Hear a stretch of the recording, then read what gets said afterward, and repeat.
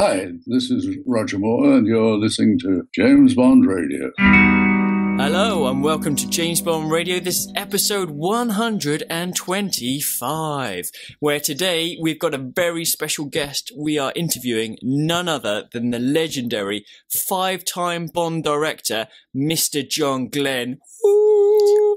With me, as always, is my amazing partner in crime, Mr. Tom Sears. How are you doing, Tom? You all right? Are you looking forward to speaking to John later? I am very well, and I am very, very excited because I feel like the JBR family are going to be very excited as well. Because what have we got here, man? We've got a legend who is responsible for not only an entire decade of bondage, and based on the Living Daylights numbers, a lot of people's very favourite sort of period of bondage. But we've got a man who goes way back in the annals of Bond, back to our very much favourite Bond film of all time, On Her Majesty's Secret Service, the man who edited that film. So, I mean, good Lord, if there is a member of Bond royalty in the house, it's John Glen, and he is indeed in the JBI house today. Are you excited, man? Because I'm well excited. It's so excited, yeah. I'm like, woo! No, he's brilliant. Like, not only the editing as well. Obviously, second unit directing on everything. He's done a lot of that. All the action stuff. He's always been brilliant at that. Dan did his You Only Live splicing, didn't he? Back in the day, and that was obviously all about John Glen's editing, which was superb. But I mean, like you said, he's got a whole decade to himself. Like. Greedy. Do you think that's too greedy? But I mean, you know, cracking films. Obviously, last three Rogers and both are Timmys, and I know like they're highly rated in the Bond fandom world, and rightly so. So, yeah man, I can't wait to dig in and have a little chat with a legend that is John Glen. Absolutely, man. It's gonna be a treat. But before we talk to John, obviously, we've finally you know. It's what we've been saying for months, and soon we're going to get some little trickles of Bond 25 news. Something's going to happen, and then it's going to trickle. And we had the first little trickle, obviously, which was saying that Bond's going to return in November of 2019. Obviously, that's in the US, returning to cinemas. And then, obviously, this week, Daniel has finally officially announced that he's coming back as Bond, which, of course, we always knew he was going to come back. You know what I mean? It was always going to happen. But it's come from the horse's mouth this time. So how did you feel when you heard that news? Yeah, well, I mean, like you, I think both of us have been saying it pretty much for about a year or so that we think he was coming back. Obviously, we might have had egg on our face if he didn't, but really, I just couldn't see it not. I couldn't see him not coming back for every reason that we've mentioned. You know, the financials, the co-producer, you know, just all these sort of things. Yeah. Like we said previously, he just needed a break. You know, So I did see some people on the message forums sort of saying, "Oh, should we have like an emergency podcast for it?" But it didn't feel like it needed it because it was almost expected in a way. So it was just nice to get it from Daniel, or had it been Eon, that would have been equally good. And at least now all the newspapers and all this sort of stuff can just be put to bed. You know, all the rumour mills about that can just be put to bed for a while. So that's a good thing. Yeah, absolutely. What about you? How did you feel then? I felt good. I tell you what I enjoyed about it was just how happy he looked. Do you remember? Because I often remember the press conference for Skyfall, and Daniel was particularly grumpy during the Skyfall press conference. And I think he's just in a different place now. And do you know what I think it is? I think any actor, especially a serious actor, like somebody like Daniel, or indeed somebody like Sean, you know, is that they don't want to have that typecast thing. They don't want to just be remembered for Bond. They want to go and do some serious stuff elsewhere as well. And I think what it is, I think back in the day during the Skyfall era, he was still very much trying to establish himself outside of the world of Bond. There was like your cowboys and alienses and your dragon tattoos and all that kind of stuff, which sadly neither of which did particularly well. Do you know what I mean? And it's kind of like, even though they weren't bad films. No, not like. To be honest, Dragon 2 is great. I never saw Cowboys and Aliens, but I saw Dragon Tattoo, and absolutely good flick. But it wasn't like he had another series of movies or something else outside the world of Bond that was a huge success. Do you know what I mean?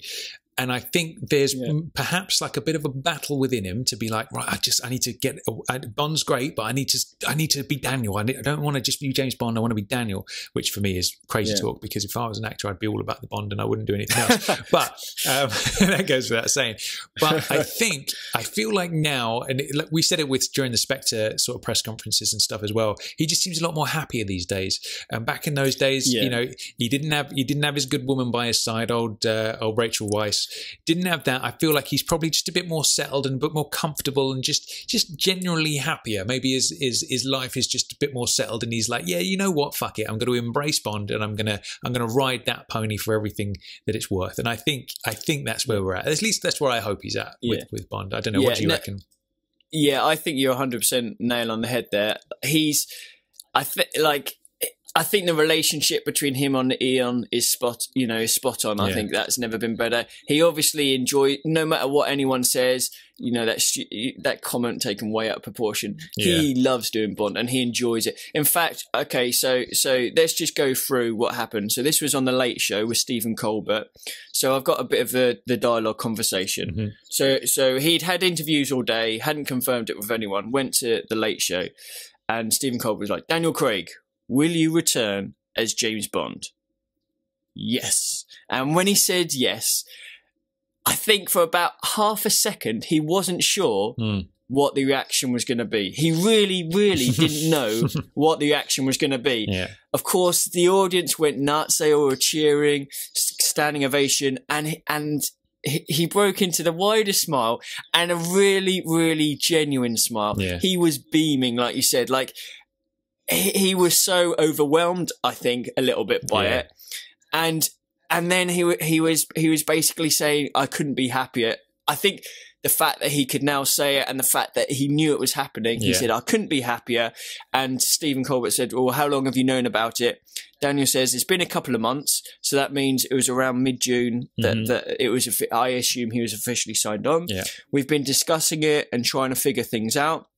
I always wanted to come back. I just needed a break. Now, you know, that's exactly what we thought, and anyone in that position would need a break after obviously that sort of length of film.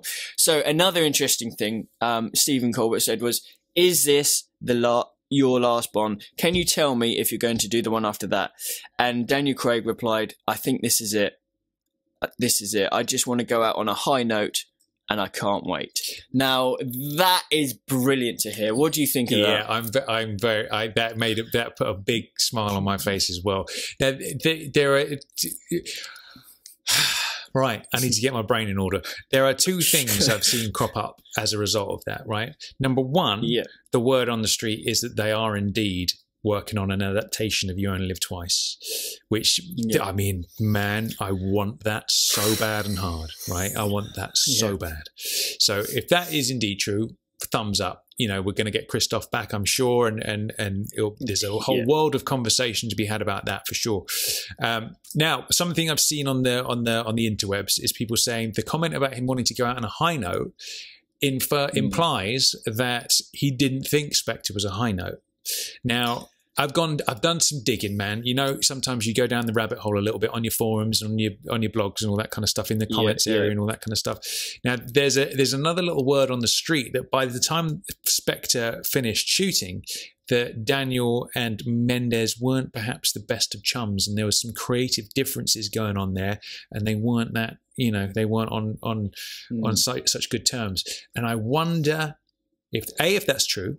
But B, I wonder what caused that, you know? And so there's that. And then also, if they indeed are doing the You Only Live Twice kind of take, or, you know, I don't know how literal that's going to be. It could just be a couple of elements from You Only Live Twice, you know? You never know. But I'm holding out for Shatterhand, obviously, is the title. But that does make you wonder if that is indeed the route they're going to take, is how they will approach the whole brother situation, you know, because obviously that is something that was almost universally sort of hated and criticized by everybody. So if you're going to bring back Blofeld for the next film, how do you deal with that? Do you just completely just not reference that, or what do you think they're going to do? Yeah, I don't personally. Christoph Waltz 100% coming back. There's no way he's not coming back. Blofeld will be in Bond 25, 100%. the way that I personally would do it. See, the whole brother thing, I mean, there's lots of misinterpretation about what actually happened. He basically stayed for a couple of summers or a couple of winters, whatever it was, at this guy's place, and he happened to have a son. You are preaching to the choir on that. I totally get it. Yeah, no, that's the thing is people are taking that so to an extreme. Is that what the storyline was? Is they spent a couple of winters together learning to ski or whatever, and his dad said treat him like a brother. And then, so it's not the Gold member storyline, no matter what anybody wants to say. It's not. Of course, it's similar to it because, obviously in Austin Powers or whatever, I think were they actually supposed to be brothers, Austin Powers and Dr. Evil, like actual brothers? Yeah, I think they were in that, yeah. So it's because Michael Caine was their dad, wasn't he? That's true, yeah, what a legend. So yeah, I think if they'd have done the whole literal Blood Brothers storyline, I'd have been like, fuck no, that's not right. But it's, and I guess, I feel like when I look back on that storyline, it is a bit contrived in the sense that I don't think you really needed that. I feel like it felt a bit shoehorned in to just try and make the stakes a bit higher. I just don't think you really needed that. But at the same time, I feel like it had such an adverse reaction. And even if it was taken out of context with the majority of people saying they're brothers, not brothers, or whatever, it's still going to be interesting to see how that thing plays out in the next one, how they handle that. I think, personally, they could just not even mention it. I think the setup is there now. We know that they are aware of each other. We know that Blofeld is going to be this big villain sort of thing, and I don't think you need to mention the whole they stay together. That's been said. It's not, I think that's fine. I think just do it without just it. Get on with whether it. it's the Shatterhand, exactly. Just forget about all that side of things, and then no one can sort of complain if it's not in there sort of thing. Absolutely. Now, question number two, Chris, right? Obviously in the You Only Live Twice story, they face off in a Japanese castle where obviously Blofeld has set himself up with Irma Bunt as Dr. Shatterhand, and it all goes a bit mental at the end of You Only Live Twice, doesn't it? In the sense that Blofeld is walking around in a suit of armour, you got the Garden of Death with all the poisonous plants and all that kind of stuff. Bond ends up falling out of a hot air balloon, getting amnesia and fathering a child and living as a Japanese fisherman for months. All that stuff goes a little bit haywire, doesn't it? So I'm intrigued to see if that is indeed what they're doing, which bits they're picking. My prediction would be is you would get the Garden of Death, you would get the maybe not a Japanese castle, but you would get some sort of Blofeldian base that would be the equivalent of the castle, and you would have the name Dr. Shatterhand in there somewhere, or Shatterhand's just too good of a title to pass up, man. I feel like it's got to be. It's going to be used. It has to be used at some point, and there's no other better time to use it, is it? I mean, absolutely. Now, follow-up question. I've got two follow-up questions actually. Number one. So have I. What would you do if they called it You Only Live Twice? I would. Then that's not going to happen. Question two. All right, fair enough. No, all right, okay, I will. That's not going to happen. But what if it did, though? But it's not going to happen. But so it's not a remake of You Only Live Twice the film. It's You Only Live Twice the book, but done to a T of the book. How would you feel about that? Nah, I wouldn't be down for that. All right, interesting. Not up for that one. Not up for that one. Question number two: Madeleine Spawn. She coming back or not? What do you think? Yeah. I think she'll be in it. As to what amount she's in it, I don't know. Whether she's just in the pre-titles killed off, whether she's in for half the film, I don't know. But I don't think, because in the classic day, you'd have your Bond girl, he'd be with her at the end in the inflatable dinghy, and then you wouldn't know anything about it. I think this story in Spectre was that little bit different. Between, obviously, it didn't quite reach the Vesper Bond levels, but I still think the way that it finished, there was too much there for it to be a throwaway character in the next film. So I think she will be in there. And I think we'll see her. At the moment, I don't know quite how they're going to play that. So in my mind, there are several options about how they might play it, right? So either she's your typical Bond girl and that you just don't see her again and she's not part of the story. Number two, maybe there's a bit of a flash forward. How far after the events of Spectre is Bond 25 going to take place? In the sense that maybe he has retired from the service at the beginning of Bond 25 and they're just settled down happily. And then out of the blue, they're parked on a little Portuguese road up in the mountains. Car comes burning out of the nowhere and guns are down. And then that's the beginning of the film. Like, imagine what the pre-title sequence that would make is her like being gunned down or whatever. And then it dissolves into the title sequence, and then you're set up for the rest of the film to bring him back into the service to like, or maybe not going. I could see him obviously going rogue again for a 5th time in a row, and going after Blofeld like that. So so there's that. I'd say you'd either have no Madeleine Spawn, you'd have her dying in the opening stages, or do you think there's any other angles that I feel like those are the two likely ones, one or the other? But like, is there any other thoughts you have on that? Well, some people are saying that could she turn out to be some sort of, part of the villain scheme or something? But I think that's a bit far-fetched. I don't know if that's going to happen. You could always have her play into the first half of the film and then perhaps get killed or just leave. I don't know, something like that. Yeah, it's tricky, isn't it? Just leave. Just go, see you later. She's had enough. See you later. She's off. Yeah, which she tries to do in Spectre, to be fair. So maybe you have exactly. Yeah. So it'll be interesting how they play that. Okay, so I've got a few questions for you then, Tom. Go on and give it to me. If we're going to get elements of You Only Live Twice, we don't know if it's going to happen. If we were, do you think that Daniel's Bond, if it was his last film, let's just say he's doing one more. Yep. And there are elements of You Only Live Twice. Do you think the character of Bond at the end of the film could potentially be in a situation where you don't know his fate? The equivalent of falling off the balloon rope or whatever it is, weather balloon thing, and falling into the water and ending it there, and then not knowing, and then reintroducing a new Bond. Do you think that's a possibility? I tell you, we're in uncharted waters, I think, a little bit, because in the sense, when you think of all the previous Bonds, they did their last Bond film and there was no real link into the next one. The next dude took over and there was no real sort of join. But I feel like we're in different times now, because for the first time we've had a serialized Bond film series whereby there have been direct sequels, and obviously From Russia with Love referenced Dr. No, but like with these ones it's obviously more linked together now and all that kind of stuff. Yeah. I feel like maybe they might try something like that, because like for me, one of my big disappointments with Nolan's Batman trilogy was how he ended the last one, in the sense that I felt like Batman should have died at the end of that. You know what I mean? I felt like that would have been a fuck, whoa moment as you'd come out of that. And then you'd see the little Robin dude come in and like see the Batcave, and that you still have that kind of open ending maybe or whatever to carry on the mantle. Yeah. But like that would have been so much more powerful than, him just bumping into Bruce in the middle of Venice or wherever they were. So I feel like that was such a shame.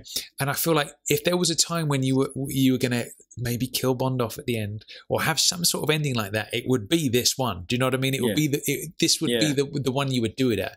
And I'm kind of intrigued. My gut reaction is you never kill off Bond. But I feel like, I don't know. If it's in a situation where you don't 100% know if they're going to live or not. Yeah. So it's up to audience interpretation. What you're saying that's something that could happen. You're talking about the Sopranos ending, isn't it? That's what you're talking about there, is where where it's left up to the audience to decide what happened. Which typically I don't like that, because I like to know. I want to know what happened. I don't want to have to decide for myself. But there is obviously, if this is indeed a You Only Live Twice story, the way that ends is very open-ended, in the sense that, he loses his memory, he shacks up with as a Japanese fisherman with his lady, the father's a child, and then the opening scenes of The Man with the Golden Gun is him coming back. He's been brainwashed by the Russians to try and assassinate M, and then, he goes to see James Moloney and just, brings him back around, and the whole Man with the Golden Gun mission is him being sent out on an easy mission to ease him back into the job. So I feel like, man, if you're going to do the Only Live Twice style story, then maybe that's how you end Daniel's reign, and then you bring in the next dude. I don't know. I think my gut tells me the next dude would be a clean slate. I don't think they would tie him into Daniel. I think it would have to be. But fuck me, I would be intrigued to see that. Do you know what I mean? I don't have like a repulsed. That doesn't repulse me, that idea of perhaps doing that. But I don't know. Is that a bit too Doctor Who? I think it might be, yeah. I think personally, James Bond has got to be James Bond and not James Bond and his mate 007 who used to be James Bond or whatever. I think it has to be a clean slate. Okay, so other question. Bond 25, no elements of You Only Live Twice whatsoever. What do you think they'll do? Oh, damn. All right. I hadn't actually considered that because I'm so certain that they are going to do something You Only Live Twice-y. I feel like there has to be nothing else other than a showdown with Blofeld, because I feel like now at this stage of the game where that's been weaved into all the stories going back to Casino, if this is indeed going to be Daniel's last one, then having just a random villain that he goes after would feel a little bit odd as a film to go out on. I feel like you've got to raise the existing stakes again.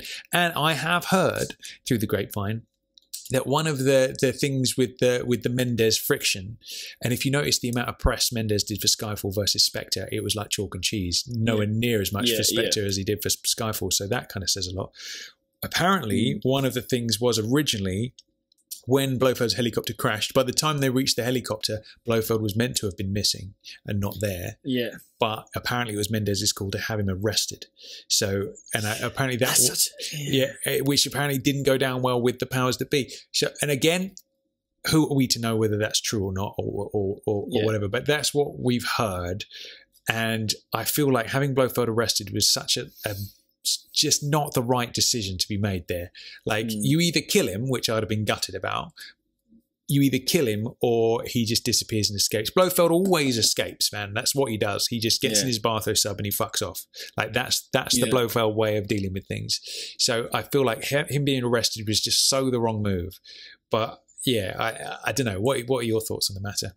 I guess, well, obviously he's got to sort of break out or something like that. So maybe that's the pre-titles of Bond 25, or maybe after the titles, that's the first thing we see. Or the alternative, some people or that we've heard before, is he could be in prison sort of pulling the strings. But I think that would only work if it was 2 films and like he got out at the end of this one and then Bond 26 he was around. So, you know, do you think the whole potential of a back-to-back is still there, or do you think it's definitely not going to happen? I mean, look, one of the things that why we were so sure Daniel was coming back is if you look at the climate of the movie industry these days, everything is a series, everything is a sequel. Like, everything you see out of the cinema, barring a few releases, are some sort of franchise that's coming out, you know? And it's one of those things that is, whether you like or loathe that, it's just a fact. Do you know what I mean? And I feel like I said, Daniel wasn't sort of rocking any other movie series or even individual films that were anywhere comparable to the performance of the Bond films in terms of box office and all that kind of stuff.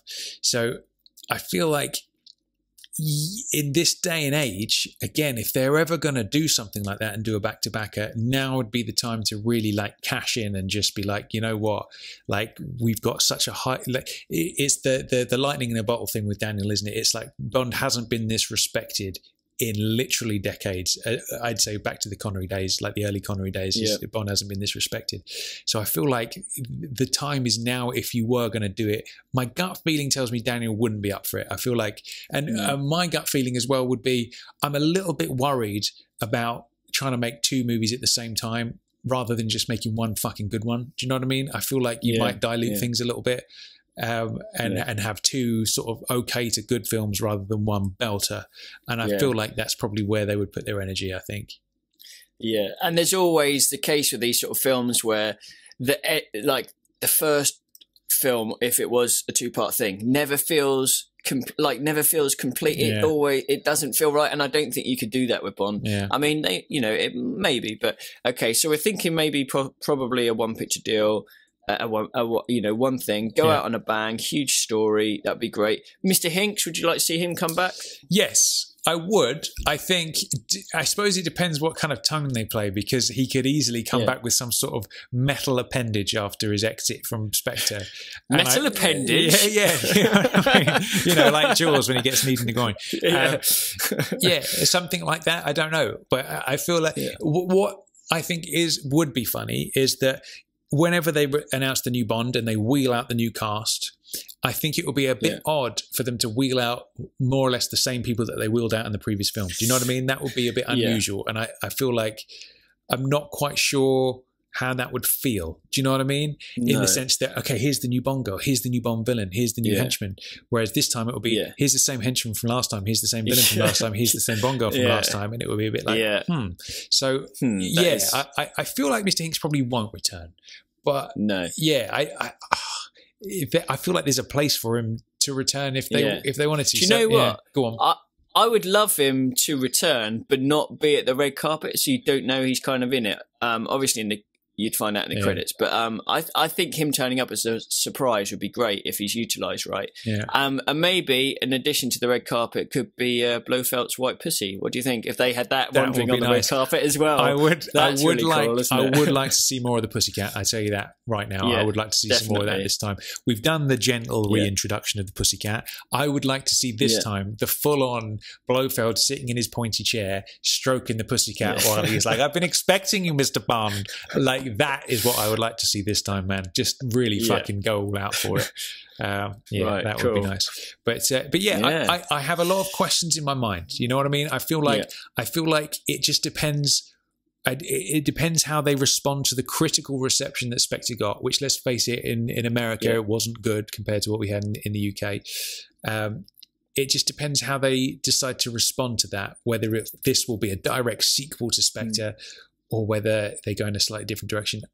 I feel my gut feeling is Blofeld has to be back, and it's going to be some sort of twist on You Only Live Twice. And the fact that we've got Purvis and Wade on board writing the script as well, which, as we have learned in recent years, they're all about getting the Fleming in there. So I feel like that's the thing. So it'll be. It's exciting times, man. It is exciting times because, listen, we've had two massive pieces of Bond news within the last few weeks. So I feel like we're at the end of August now, right? And it's only going to start heating up as of like the beginning of next year. Obviously, it's still 2 and a bit years until the film comes out, but there's going to be more nuggets coming out by next year when the whole Colossus starts to get into shape and start moving forward. Then at the beginning of 2019, everything's going to go apeshit, or at the end of 2018, I guess everything's going to go apeshit, and we're going to get news left, right, and centre. But as of, I would say, I feel like it's going to be reasonably quiet for the rest of 2017. Then when 2018 rolls around, we're going to start getting casting, directing news, and all that kind of stuff, and the whole ship is going to start moving. And I am very, very excited for that, man. I really am. Definitely, yeah. And speaking of the script, actually, I heard a few people sort of mentioning that they didn't think they had a script yet. But in my mind, I don't think Daniel would sign on unless he'd read at least a solid outline.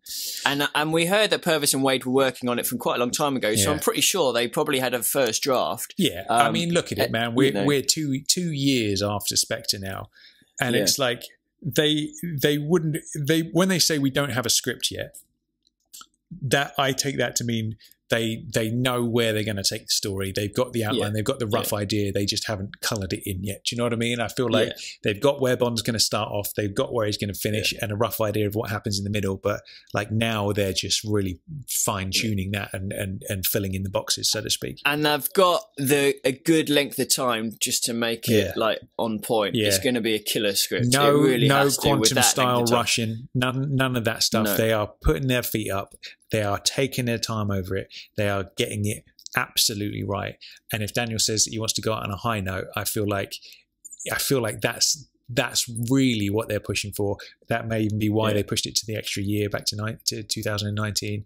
I feel like this time is like this. I feel like what I'm hoping for is this is the one Bond who goes out on a high note, and his last film is a fucking I really beauty. Hope so. I really hope so too, man. So only time will tell, of course, but. Indeed. Yeah, goodness gracious me. So what else has been going on, Chris? So in other news, the original AMC, American Motors Corporation Hornet hatchback. Now this is the original car from The Man with the Golden Gun, the one and the only that performed the Astro Spiral. I sure am, boy. Yes.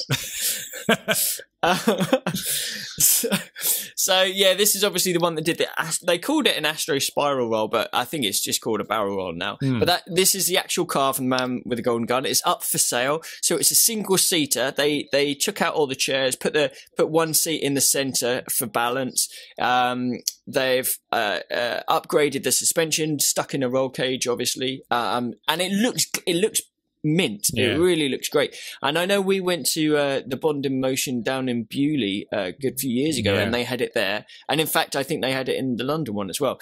And it's obviously been really well looked after, and it looks so good. So that is it's actually up for auction between the 31st of August and the 3rd of September at the Auctions America sale, along with a number of other Bond-related memorabilia, which is pretty cool. So do you think we should put the shout out to the JBR family, everyone chip in and get our very own James Bond car? I think so. Gun. What do you think? That will be good. And then we'll do the old trick of like, I get to keep it Monday through Wednesday, you get it, Thursday, Friday, Saturday, and then we alternate Sundays. I think that's the best. Yeah. That's the best way. And who's going to be the first to actually attempt the barrel roll? You are much more of a thrill seeker than I am, Chris. I don't seek thrills at all. I try to stay away from them. So I feel like that's probably going to be you, if anybody. I'll just happily just try and polish it, I guess, and just look at it. Yeah. But there we go. What a belter! And that's you're right, pretty cool, though, isn't it? The pictures I've seen of it, it looks exactly as it did in The Man with the Golden Gun. It doesn't look aged at all, which is pretty incredible. No. We'll have to keep an eye out and just see how much it does go for. Because, I mean, that's obviously DB5, Lotus Esprit aside. That's, it's a pretty iconic car, mainly for the stunt, obviously. I mean, but it is a bloody iconic car. I tell you what, man, I would say that's probably, you know me, right? I would say this anyway, but I would say that's probably one of the greatest stunts ever performed on film. And I would say there are obviously loads of others, the ski jump, for example, in Spy. But I feel like that stunt with the barrel roll, you could at least say is the greatest car-related stunt that's ever been committed to film. I can't think of a better one. Can you? No, not at all. I mean, you've got the 7-roll DBS from Casino Royale World Record Breaker, which is brilliant, but it's not. Nothing is going to be. Pales, man, in comparison to this one. Yeah, of course it does. Yeah. Nothing is going to beat the barrel roll. Is there anything outside of the world of Bond though that could perhaps compete in terms of a motoring-related stunt? I don't think there is. No, I mean, you've probably got some people trying to do a backflip in a car or something like that. I don't know if that's ever been done, but even then, I mean, it's just the aesthetics of it, isn't it? And the way it, obviously, it just looks so perfect. No, I mean that's okay. Here's a question. Go on in. Say you put in a random auction bid, and for whatever reason you happen to win the car. Yes. Okay. Now, would you keep it in like this air-conditioned, security-locked garage, or would you go, right, let's take this baby out for a spin and actually like give it a little whirl? Do you know what? I would like to say that I would, but I know myself, and for example, if I had an Aston Martin DB5 1964 vintage, right, I would be so paranoid about driving it anywhere that I think I would be so worried about it that I would never be able to actually really enjoy it. Do you know what I mean? I would just be I wouldn't want to park it anywhere because some bell end would probably go and scratch it. I wouldn't, you know what I mean? I just wouldn't feel comfortable. So I feel like for me, what I would do, as sad as this is I would want to buy it, and then I would either say, here, Bond in Motion, you can have it to put it on display, or I would just leave it parked in my garage for my own private display, and that would be it. But yeah, I don't know. What about you though? Are you of that persuasion, or would you be out burning rubber in it every day of the week? What would you do?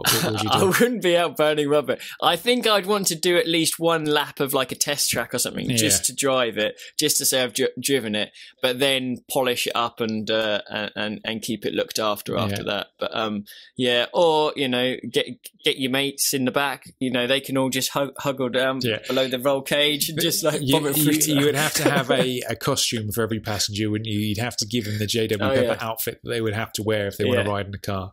Those are the rules, Tom. Those are the rules. Yeah, definitely. Yes, absolutely. Now, tell me more, Chris, because the next James Bond Radio meetup's coming up soon, isn't it, Chris? And it's very soon. It's driving related, soon. Isn't it? It is indeed. So we mentioned this briefly last time, but this is Operation You Only Drive Twice. It's on the weekend of Saturday the 16th and Sunday the 17th of September. Anyone wants to get involved, if you go onto our Facebook page or just type in You Only Live Twice on Facebook, you'll see a group message. Just leave us a little comment or message, and we'll get back to you. And there's going to be so many cool locations. It's going to be an amazing weekend. A couple of special little surprises as well, cool. Which is going to be great. And then a couple of weeks after that, Saturday the 30th of September, is a Casino Royale concert at the Royal Albert Hall, which both you and I will be attending. Yeah. Right, Tom? Yeah, baby. I'm looking forward to that. So obviously David Arnold is going to be there. Yeah. They're going to have the live orchestra, show the film, and we're going to the 2:30 showing. Now, do you know what? Actually, now I'll mention this. Where was I? I think I was looking for a Facebook forum, and they were talking about the music of Bond and how some people, it was a little bit of an Arnold versus Newman debate, or some people just said, I don't want any of them, I want something fresh. And one guy had written, oh man, I can't stand David Arnold. His music, it's just noise. That's all it is. It's just noise. It's not very good, right? And obviously there are quite a few people that were like saying, what are you talking about? You know, you're out of your mind. But David Arnold himself had seen the comment. It is so good. And then he left his own thing saying, this is David Arnold. I'm only good for making noise. Crazy, or something like this. And like he was playing it up. He was obviously playing up on it. And he didn't have a go at the guy. He was just like, I just like making noise and stuff like that. And I thought that was really good of him, you know, really, really cool. And I mean, he's a legend, but he's got a great sense of humor, David Arnold, man. When you follow him on Twitter and stuff, he's actually a really funny bloke. So I think I'm sure he deals with that very well. So that's actually a question for Bond 25, isn't it? I feel like now Mendes is gone, we're not going to get Thomas Newman next time, which I have to say I'm kind of pleased about. You know, whether David Arnold comes back, which I would be very happy with, or we get somebody new, I'm very excited to see what direction that goes in as well. Yeah, we didn't mention that again. No, there's so many elements which, you know, obviously director, composer, all these big things, but I guess we'll find out in the months to come. Indeed. So, I know good old Thomas Newman does have his fans. I know our very own John Williams is a big fan. Yeah. So, but for me, not so much. So my fingers are crossed for David Arnold to come back. I would love to see some of that. I think if anyone's going to score Daniel's last effort, I feel like it should be David. We'll see, I guess. We'll see. Only time will tell. Cool. So we've had a couple of audio clips from some of the listeners, which I thought we'd play just before we go into the meat of today's episode. So we had a voice clip from Philip Planbeck. Now, he is currently on location in Switzerland. Now, have they ever filmed any Bond films in Switzerland, Chris? Have they filmed any Bond films in Switzerland? I don't know. I'd probably have to go there myself just to check the whole country, just to see if I recognised anywhere. But we've obviously hoping in 2019 to go there ourselves, aren't we, for a bit of a 50th anniversary to Majesty's. So Philip, he's been to Peace Glory and one or two other places, but he obviously just wanted to make us jealous. Basically, I think he was like, right, I want to make Tom and Chris really jealous. So he's just sort of left us a clip. So I thought we'd play that for the listeners. Awesome. Good morning, Tom. Good morning, Chris. This is Philip Planbeck from Station H in Hampshire, although currently residing in Interlaken, Switzerland. I just wanted to give you a quick bit of information about a secret mission I'm on. I'm on a road trip with 3 children and my wife. What they don't know is that we have a secret rendezvous planned this afternoon with Romana at Peace Gloria, no less. I'm very excited. Lunch is beckoning us up on the mountains. We're then going to make our way to Forca Pass. You heard me correctly, Forca Pass. Epic scenery of the Masters and Sister taking a pot shot at Goldfinger before heading to Pierce Brosnan's momentous bungee jump scene in Goldeneye at Locarno, the Contra Dam near Locarno. I'm very excited. Got a few brilliant days planned. I will send you guys some photos if I can. Keep up the tremendous work with JBR Radio. Cheers, guys. Bye. All right, I'm very, very envious of Mr. Planback there, Chris. I feel like that's my number one Bond location that I've still yet to go to is obviously Peace Gloria. And obviously there's, as you mentioned, you got the Furka Pass from Goldfinger there and many others and the Goldeneye Dam and all that kind of stuff. So, oh man, that's a trip that I can't wait to do. So good on you, Philip, for making that one. That's cool. Definitely. Yeah, it's going to happen, man. It's going to happen. So we also received another listener message. Now, this might be from a certain someone which people might recognise. Oh, yeah. I won't say who it is, but they seemed rather thankful about one of our 2 recent episodes. So should we play that one as well? Let's do it. Hello. I thought I'd just ring in and thank you very much for the podcast. The reviews, absolutely great. Really got to the essence of what it is that I certainly was trying to achieve with the part at the time. It can't simply be a pastiche. It had to be something different. This is very much a tarnished man. Certainly the way that I played it. And if you look at the way Daniel's gone on to do it, it's very much the same. He does have his flaws, like drinking, like smoking, womanizing. It's a guy who's always seconds away from death. There's something almost Shakespearean about that, I certainly felt. And look forward to hearing what you say about License to Kill, because I think that's an even more complex one. And at the time I certainly felt that maybe it was going to be the last one. Things were turning nasty in terms of the reception of the piece. People were sort of saying, why can't I take my kid to a wave? Not supposed to necessarily. This is an adult fantasy that kids can enjoy, not made for kids. Guys, James here, not actually Tim. Keep up the great work. Sorry I'm late with my review, but I can use it anyway. Take care and speak soon. Bye. Mate, I was actually disappointed with that because there I am listening to it and I think, Timmy actually phoned in. And then I get to the end and it's not actually Timmy, but what it is actually a top drawer Timmy impression, don't you think? That's a belter of an impression right there, isn't it? I mean, I definitely can get close to that, but awesome impression. Cheers for that, James. That was, you got our hopes up, but wicked impersonation, that one. Absolutely. Excellent stuff. Yeah. All right, so before we get cracking and we talk to Mr. John Glen, the 80s Bond maestro, make sure you come and follow us on Instagram. If you go to Instagram, type in James Bond Podcast, you will find us over there.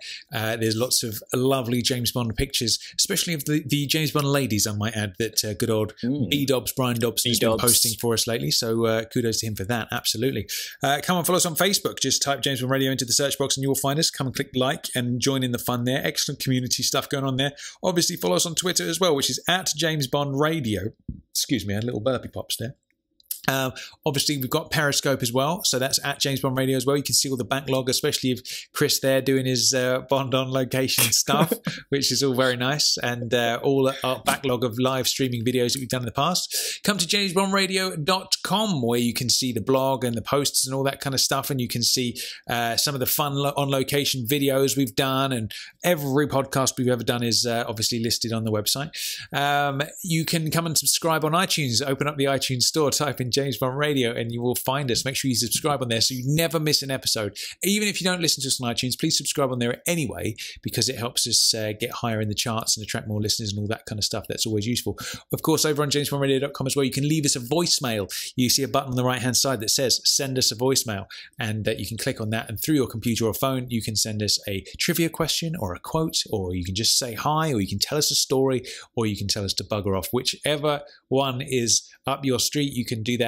And obviously over on the website as well, there's a donate button as well if you want to help keep the good ship JBR afloat. As always, never expected, but always appreciated. Other ways you can help: you can post about JBR on social media, share our podcast posts on Facebook, etc. Get involved on the Bomb forums and spread the word about the podcast, because good old-fashioned word of mouth is the most powerful form of helping the podcast grow, which is great. I wish there was more for me to say, Chris, because I was getting really into your little actions there, man. I was wondering where you were going to take it now. There was grenades going off, there was guns going off, there were ladders being climbed, all sorts of stuff. I think there were ladders anyway. But yeah, I kind of want to do more with social media so that can be longer and the little stories can go further. Obviously, if you're only listening to this, you won't know what I'm talking about. But as I'm doing my big spiel there, Chris is doing some silent movie style actions that are very entertaining for the YouTube watchers. Yeah. There we go. Lovely stuff. Okay, so before we get on to obviously the interview with the big man, Mr. Glen, we got a bit of Bond listener trivia. So should we have a listen to the trivia for today? Absolutely. Yeah. This is from Andrew Melton. Here we go. Hi guys, my name is Andrew and I have a trivia question for you guys. Which James Bond soundtracks have a track entitled Bond Smells a Rat? Thanks, bye. That is a good question. Thank you, Andrew, for sending that in. Obviously, first-time caller for Andrew, I think. We haven't heard from him so far before. No, cheers, Andrew. Great question. It's got us thinking. I think I definitely can think of one. I think I might be able to think of another one. I'm not sure. I know. But yeah. I know of one, which is the obvious one, I'm sure, for most people. Yeah. And I know there's another that I've seen it, and I can't remember exactly which film it is, but I think it's a Roger. But I'm going to need to rack my brain a little bit on that. Yeah. But cool. Good question, Andrew. Thank you for calling in. Nice to hear from you. Good stuff. So it's time to speak to the big man himself, isn't it, Chris? It's time to talk to John Glen. Are you excited? I am so excited, Tom. I am actually really, really, really, really excited. Good. Me too. Yeah. All right then. Without further ado, let's talk to Mr. John Glen. Who are you? My name's Bond. James Bond. Bond. James. Bond, what do you think you're doing? Keeping the British hand up, sir. Welcome to James Bond Radio. News, reviews, and discussion of all things 007. Pussy. As you can see, I have no problem with female authority. Oh, pipe down, 007. Do you expect me to talk? No, Mr. Bond, I expect you to buy. It is our absolute pleasure to introduce the man who has directed 5 James Bond films. In fact, the whole of the 80s is his decade of Bond. This is Mr. John Glen. Welcome to the show, John. It's a pleasure, Tom. Yeah. Good stuff. So we're going to crack straight on with the first quickfire question, just to give everybody an idea of where you're coming from as a perhaps a Bond fan rather than a director of all things Bond. So, Chris, why don't you fire off the first one? Okay, so the first question, John, is what is your favourite Bond film that you have directed and your favourite Bond film that you haven't directed? The one that I think the most pleasurable film that I directed probably was Octopussy with Roger Moore, and that was a fantastic experience. It involved animals, with the circus, the trains, and everything else. It was just we went to India, which was a fantastic location. Good stuff. That's actually Chris's favourite Bond film, favourite Roger Bond. It is indeed. Yeah, big fan of Octopussy. And do you have a favourite Bond film out of the ones that you didn't direct at all? Yeah, I think Goldfinger, probably.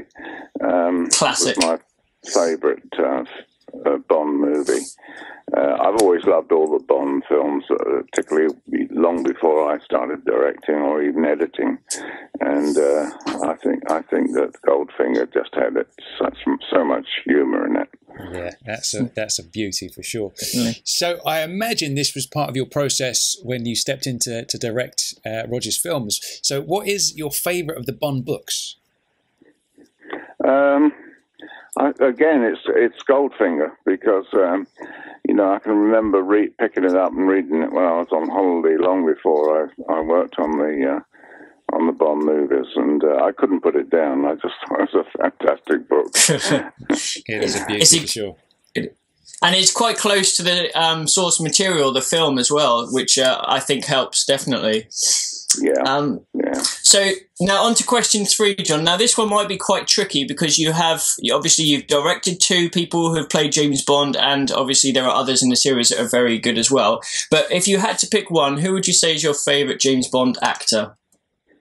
With Roger, without a doubt. I did so many films with Roger. In fact, at one stage, he turned around to me and he said, "Am I in your contract or are you in mine?" Sweet. Cool stuff. Next question. Now, this is a tough one for the fellas, John, but you can possibly answer 2 here if it's a struggle for you. So the next question is, who is your favourite Bond girl? Now, you can possibly answer 1 for the best character, strength of character, all that kind of stuff. And then the other one is just the one you fancy the most, so to speak. So any thoughts on that? Well, Maud Adams, of course, she did two Bond films and was an absolute delight to work with. Not only was she absolutely beautiful, one of my assistant directors said she was the Bond lady that you would want to be seen out with. She was just so gorgeous. In fact, on the set one day, her mother came in. She was in her 70s, I think, early 70s. And I turned to Maud and I said, I can see where you get your good looks from. Her mother was 70, but she was still beautiful. It was amazing. Wow. Very smooth. I like it. Yeah, very nice. Now, this one is also quite a tricky one, John. What would you say would be your favourite scene in the whole series? Oh, without a doubt, was the ski parachute jump and the chase that preceded it, which I directed. That scene, I just love to look at each time. Not only because it's so beautifully crafted, but it's just so unique, and it embodies everything that's so special about James Bond. So that, without a doubt, is my favourite scene. And this is the one from the start of The Spy Who Loved Me, yeah? That's correct. Yeah. Just thought you'd make sure of that one, Chris. Yeah, good stuff. So, out of all the locations you filmed at with Bond, do you have a favourite? Yeah, I certainly enjoyed Corfu, working in Corfu. I've also enjoyed San Francisco very much when we did View to a Kill. It's a beautiful city and it has that wonderful Golden Gate Bridge, which I filmed on. And it was quite a challenge, as you can imagine. Not only did we film on the bridge, I stood right at the very top of the bridge and looked down. It's quite an amazing sight. Wow. So that must have been, you get the heart going a little bit doing that. Oh, yeah. But, when you look at it from the ground, it looks quite, the tubes that run down the suspension bridge, it looks like a shoelace. But in fact, when you get up there, it's about 6 feet in diameter, so you can actually walk on top. Top of that tube quite well. I don't like heights, but I was quite comfortable up there. So did you manage to get Sir Roger to go up there as well, or did he stay down on the ground? No. The insurance company wouldn't allow it, but he did go up at the studio at Pinewood. We constructed three different parts of the bridge. We did a model of the bridge. And we did a full-size model, not full-size to the bridge, but, complete bridge. And then we did sections of the bridge on the lot. And then on the studio floor, we actually did front projection where we had the screen on the floor and we suspended the camera and the projector above Roger and Tanya Roberts, struggling on the top of the bridge.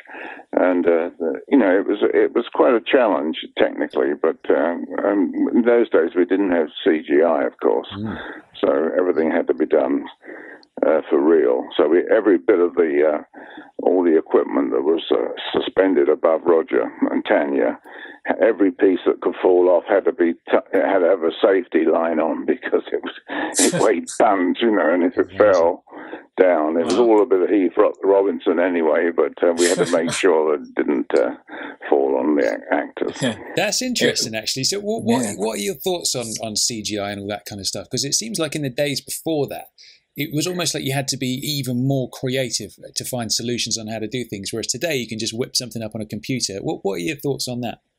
Well, certainly in my day, it was a lot more fun because we use the old technologies that have been around for donkey's years, and it in a funny sort of way, it's a lot more fun because you had to see it the next day on rushes and say, yeah, that's fine, or we have to do it again, and it's smoke and mirrors, and it's fun. You sit around with a lot of very good technicians and you work out how you're going to achieve each shot.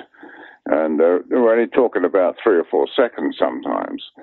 And, you find a way to do it and it all goes together. And at the end of the day, you think, gosh, that really works well. And it's magic when you have, like you mentioned, the bridge there with the 3 different sizes. And yet, when it's all cut together, it can make it look so seamless. And I guess that is magic, really, when that works. It is. I mean, it's very old technology. I mean, I can remember the Keystone Cops and that, with Roger hanging on to Tanya, holding her wrist above the Golden Gate Bridge, and down below you see, 6 rows of traffic moving, and beneath that, a ship will come through underneath it. So you get a wonderful feeling of depth, Yeah.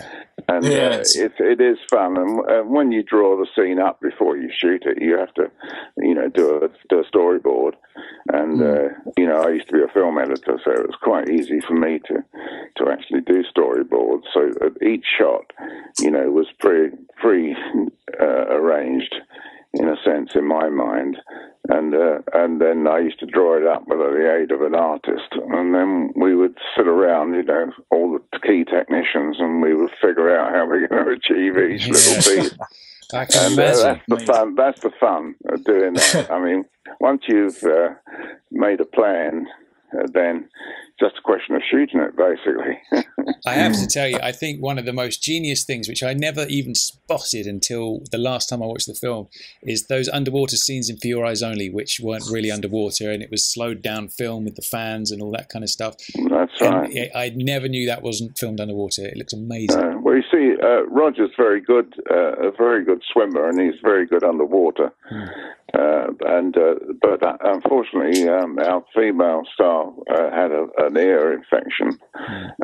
For some reason, she couldn't go underwater, so we had to make a decision to do it dry. And it was quite ingenious, really. But when you think we had Roger and the lady just Carol Bouquet on stalls. And we're shooting at like 70 frames or 75 frames a second, which is like slow motion. And then we'd have bands blowing her hair up in the air. And on the camera viewfinder, we put a little bit of graph paper and we made crosses where their mouths were. We wound back the film without processing it and sent it to Derek Meddings, our special effects supervisor, and he actually shot then through a tank and shot little bubbles coming up from where their mouths would be. And then the next day we saw it at rushes, and there it was underwater. Unbelievable. It's so crazy how well that works. You never would think that. Yeah. I'm pretty sure anyone that's seen that scene and wasn't aware of it, I don't think anyone would have guessed. And until, sometimes in the documentaries where they mention about the magic that takes place, I'm sure the only people that would have known are people that would have been told to sort of look for it in a way. It was that good. It really was. Yeah. Well, also we shot in the Bahamas where we shot the wider shots with the sunken tanker and what have you, with a hole in the side. We shot that. We made a piece of Pinewood, shipped it out to the Caribbean, and then we shot that in the very clear water you get in the Bahamas. The wide shots, that was a second unit operation, which is directed by Arthur Worcester, and underwater cameraman, fantastic. And he had his storyboards, and then we pieced it all together, and then we shot in the 007 stage. We shot other stuff, in the tank in the 007 stage at Pinewood as well. So it was very complex in a sense. It was shot in 3 different locations, and yet it all went together absolutely perfectly. Brilliant. So just rounding off the quick fire questions then, John, can you tell us what is your earliest memory of Bond? Oh, I think it was probably Dr. No, you know, so as a young man looking at it in the cinema and being thrilled by the titles, the opening titles, Morris Binder, you know, with the whole thing was so new, and it was so it was kind of like a leap forward in technology and the editing technique of the Peter Hunt, you know, the sort of almost strip cartoon nature of the way he cut the film. You know, Sean Connery would just look towards the door, and then you cut into the corridor, and he would open the door and come out. It was like, it was unheard of, really, in those days to make. I mean, the basic thinking was, you know, if it's boring, cut it out, basically. So, you know, it was very, very new. And Terence Young, who was the director at that time, must have a lot to do with that as well. He was absolutely, he was like a real life James Bond anyway. He was a bit of a war hero and certainly. You know, a very well-educated and very wealthy man. And, you know, he took Sean Connery up to his tailor, apparently, in Savile Row and fixed him up with a lovely suit and what have you, and made him look the part. And he knew exactly what Bond would should be like, you know, the characterization. So he had a large part in formulating that character. Amazing, cool stuff. So, how did you actually get started in the film industry then? So, what was it? Something you always wanted to do, or did you get into it kind of by accident? What's the story there?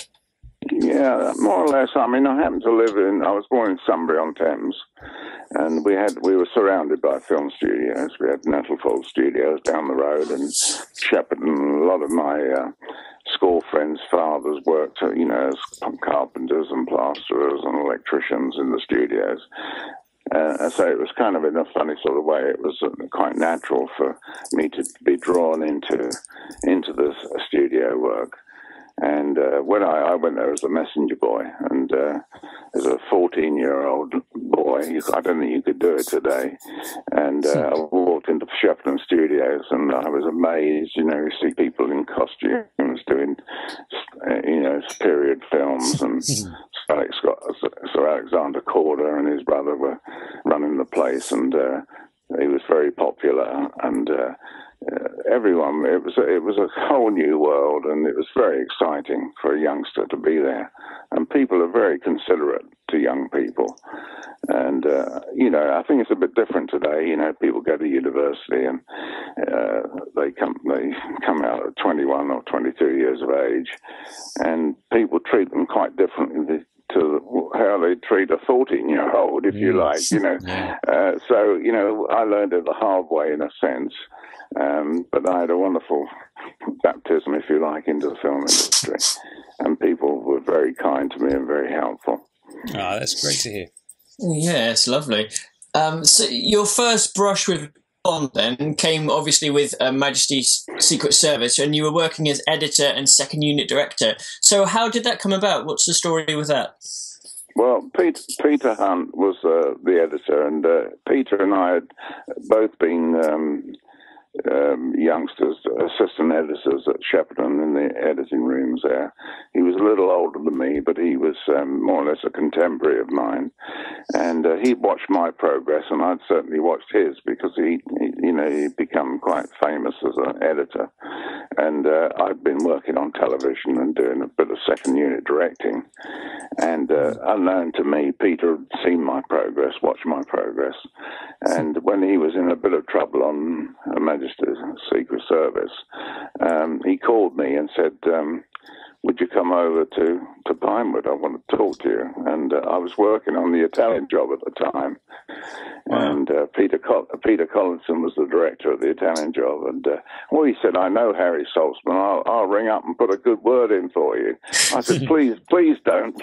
But he did anyway. And anyway, I found myself at Shepperton, and Peter was directing Diana Rigg and George Lazenby. And he said, oh, wait over there. He gave me the script. He said, have a read of that sequence, see what you think. And that was the Bob Run sequence. And then he came over, he said, what do you think? Would you like to direct it? I couldn't believe it. So he said, I've got to clear it with Tubby Broccoli and Harry Saltzman, but I don't worry, it'll work. And sure enough, on the Monday, I was flying first class to Switzerland, and the start of a whole new career, if you like. Wow. Amazing. So what was it like working on Majesties? Because there's all sorts of stories about it. Perhaps wasn't the happiest production in the world. Did you experience any of that, or was it all good for you? No, I mean, I was very fortunate. I was working mainly with foreign crew. I mean, most of my crew were German, Italians, Swiss. The cameraman, Willy Bogner, was kind of like an amateur cameraman. And then I had a very good production manager, Herbert Fröhlich, who was he was a German. He was like a sergeant major. He was very well organized. And we had 2 helicopters carrying the bobs from the bottom to the top. So, we were doing like 8 or 9 runs a day, filming. And then in the end, Willy Bogner actually skied inside the bob run. And he said, the only problem is the bob runs away from me because it's much heavier. So I said, well, we could put a line on, we could tow you behind the bob. And he said, what a brilliant idea. So that's what we did in the end. We tied him onto a little cable, and we towed him down behind the bob. And he kept the focus, because it was predetermined, the distance between the camera and the bob, and then he did all kinds of work for me as well. And there was a Swiss cameraman called Alex Barbie. They didn't particularly like each other, so there was an occasion when there was a fight actually, and I had to separate them.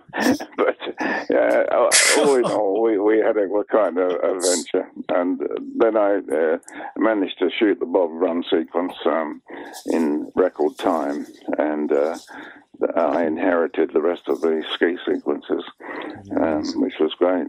And then Peter asked me to edit the film, so that's what I did. I came back and edited the movie.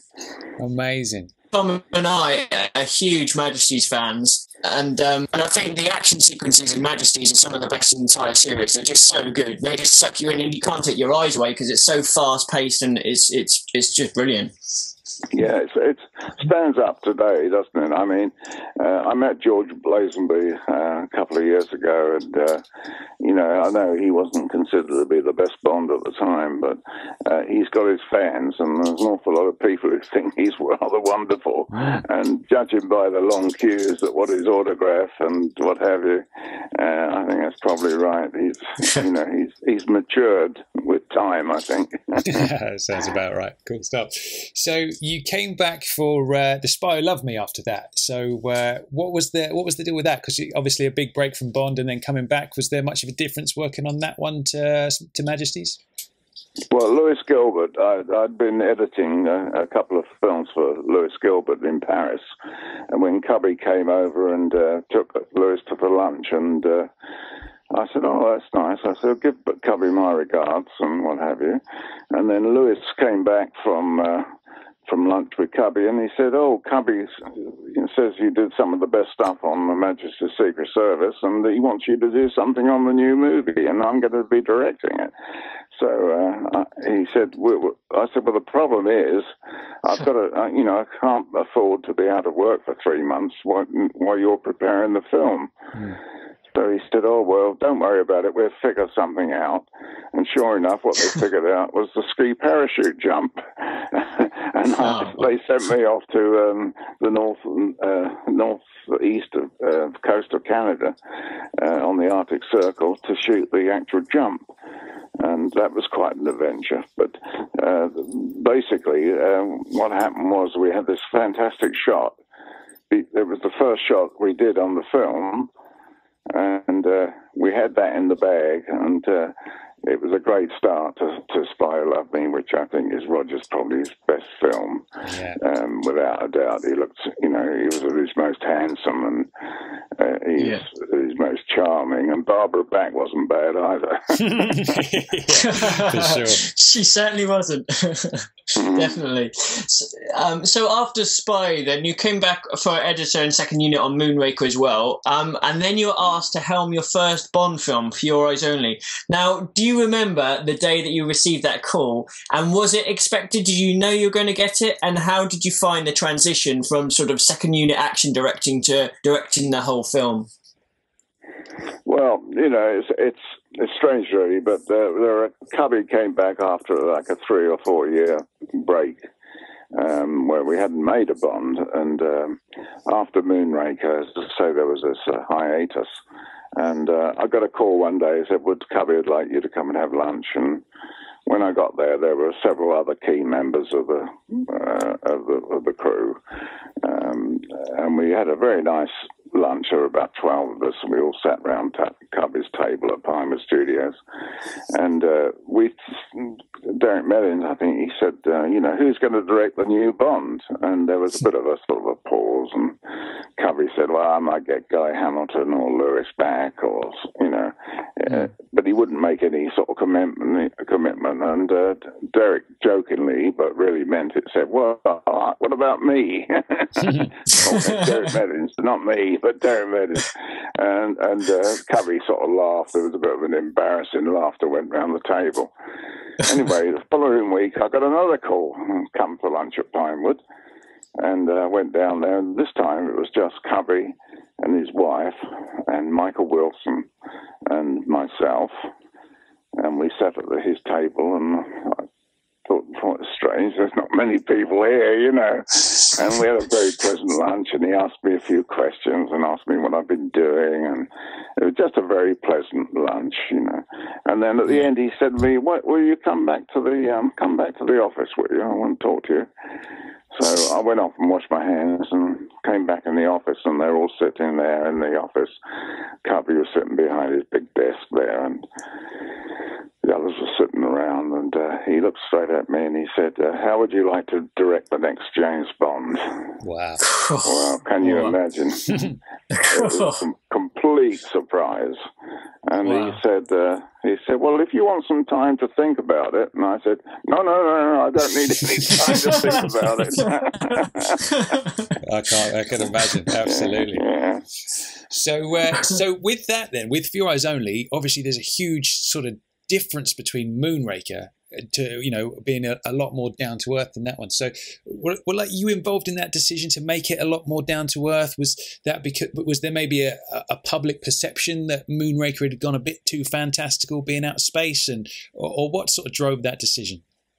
Well, first of all, I think that Moonraker was more expensive than any other Bond we'd made, and it was kind of, it was an expensive subject, we were dealing with, the space shuttle. Well, Cubby Broccoli, my first sort of instruction from him was, you've got to find a new Bond. Now, I fell for this. So I started out, went around testing guys all over the place, and eventually, fortunately for me, Roger decided to do another one. And then, of course, I went on to do 3 with Roger because they were so successful. And the whole tone, I wrote the pre-title scene at the beginning of For Your Eyes Only to introduce a new James Bond, hence the churchyard and the grave of his wife. And that's how that scene came about. That's how I was going to introduce the new James Bond, you see. Give the public a bit of the history of Bond and remind them about he was married and his wife was killed on their wedding day. So that was the whole point of that. But it was such a good scene, with the scene that followed of the Beckton Gas Works where Blofeld, he wasn't referred to as Blofeld, but it obviously was him with the white cat. And, he was manipulating Bond in a remote-controlled helicopter, which, funnily enough, came about by I was walking around the studio with Cubby one Sunday, and one of the car Carpenter's, I think, had brought his son in, and this kid was playing with something that was really new in those days, which was a remote-controlled electric car. And I stood in awe and watched this kid manipulate this car around, and that's what gave me the idea for the helicopter sequence. And it worked rather well. That's so good. Now, you obviously mentioned about the visiting Tracy's grave, and later on in License to Kill, in your final Bond film, there's also a look to Bond's past where Felix Leiter mentions about his marriage. So do you think he's sort of looking back at Bond's giving a bit of continuity to the series is important? Oh, very important. Yeah, absolutely. It was rather a nice moment in License to Kill where the lady throws the bouquet of flowers at Bond and says, it's your turn next. And he suddenly goes very serious, Bond, and then drives away. And then Felix Leiter turns and says, he was married once. That was enough, it was good. Yeah, it's really nice seeing that. Yeah. Very nice scene. There was something else we noticed, actually, with For Your Eyes Only. It seems to take quite a lot of inspiration from Majesties. Obviously, you mentioned Tracy's grave, but there's also the beach scene with Liesel, which is quite similar to the opening scene of Majesties, and obviously with the snow scenes as well. Was that sort of something that you intended to put across?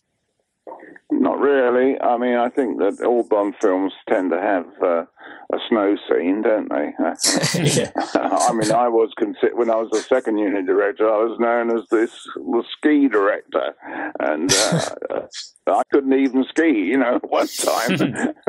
But no, that was purely, we were on Corfu, and that was one of the locations with the June bucket sequence. It's a good one. And, just a variety of locations, really. I think Corfu was a really good location for us. And what I particularly liked was the car chase through the mountains when the local peasants are collecting the olives. And I was able to get a bit of the local colour into the scene, and involve a lot of people. So it was fun. Sweet. And the de Chevaux as well. That was a brilliant. Whose idea was it to bring in a 2CV? Well, we wanted to do we wanted to do a huge contrast between the normal Bond car, getaway car, and then when the girl says, come on, we use my car, and it turns out to be a de Chevaux.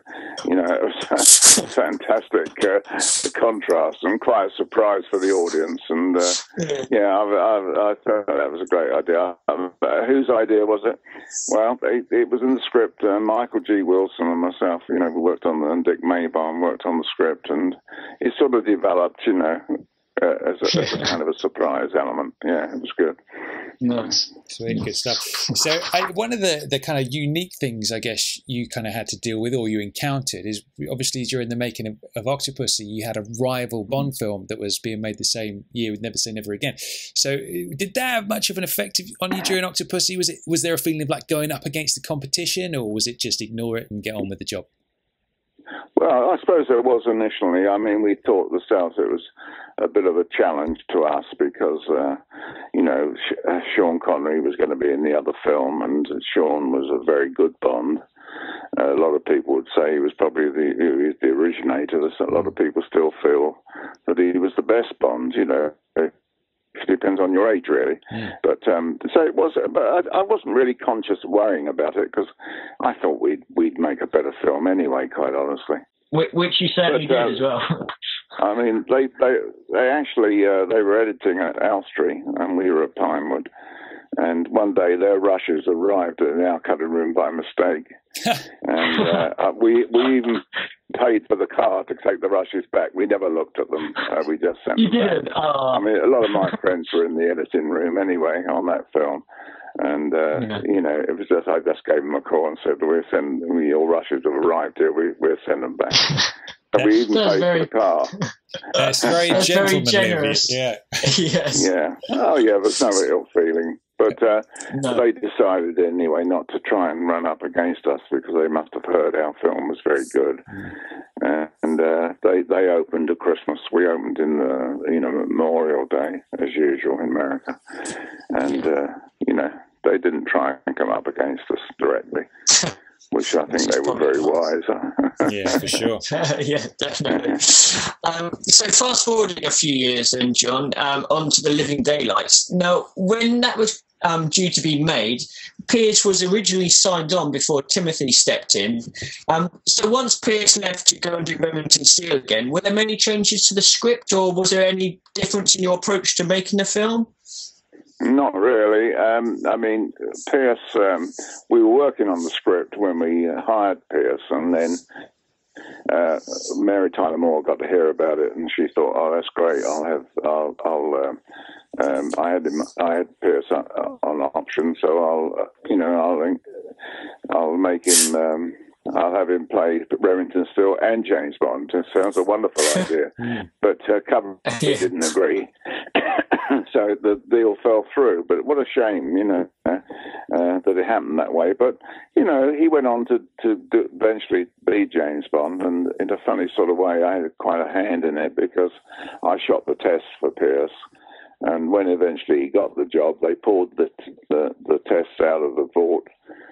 We shot some 8 years previously, I think. And he got the job. And they sent the tests to America, and they really make a very good Bond, and he did make a very good Bond, I'm happy to say. Absolutely. So do you think, obviously, if there wasn't many changes to the scripts or anything, what do you think Daylights with Pierce would have been like? Would it have been pretty much the same film? Obviously, performance of the leading man aside, obviously would have been different, but do you think the film would have been more or less what we got with Tim? Yeah, it wouldn't have been any different. I think Tim is a much more believable Bond in a sense.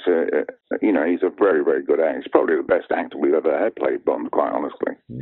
A Shakespearean actor. And, the biggest problem in a sense was to make him, have the humour that you expect from Bond, and a lot of that's in the writing anyway.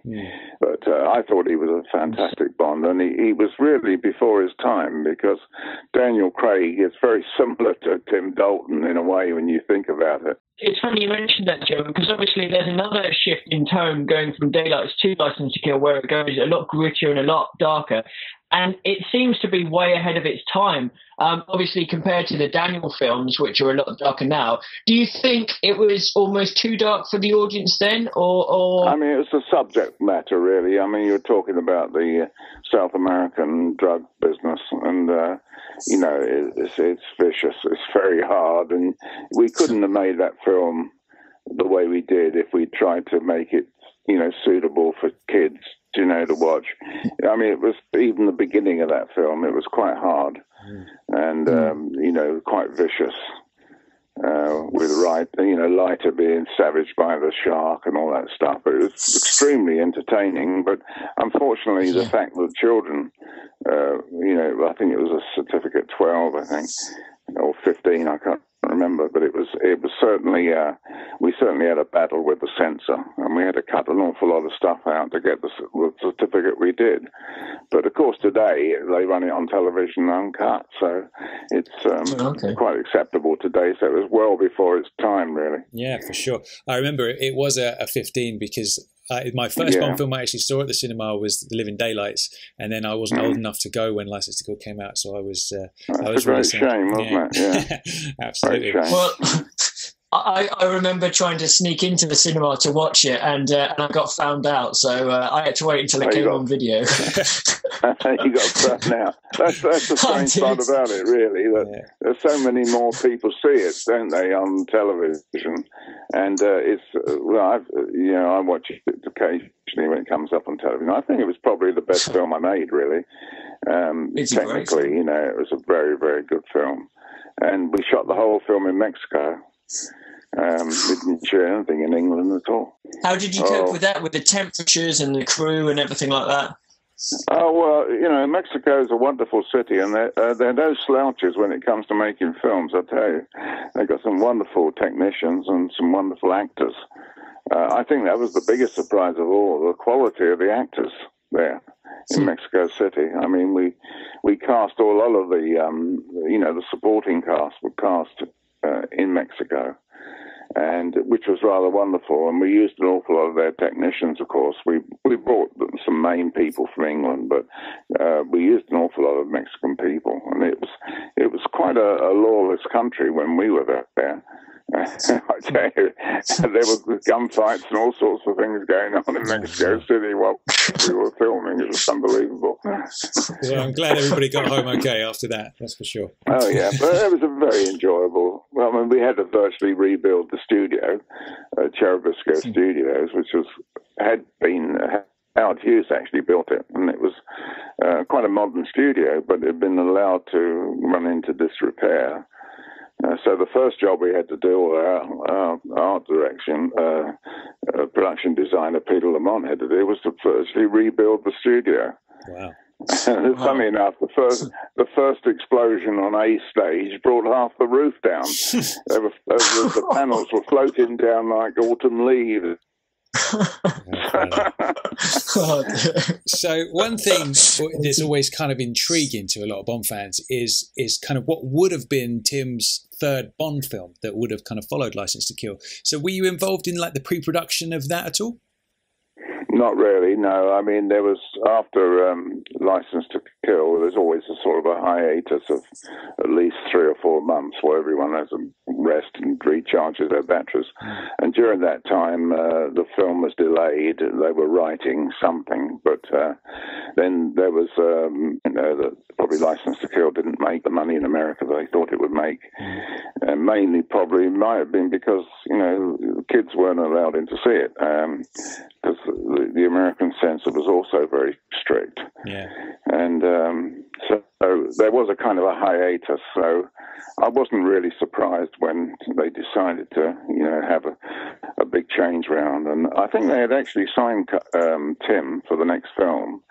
But he was hanging around waiting, when are we going to start sort of thing. And I was never employed permanently, you see, so each film I was asked if I would direct it, but a lot of people get the impression that I was some kind of permanent employee, but that's not true. Well, I guess I was freelance. All the Bond films of the 80s, I guess that would give that impression. Yeah, it's understandable that people would think that was, I was some kind of part of the fabric, part of the furniture. Yeah. But no, each film, I was very delighted. I was asked, and I was very delighted to do another Bond, and I broke the record. I think Guy Hamilton was probably the only other one. He did 4, I think, and that's I did 5.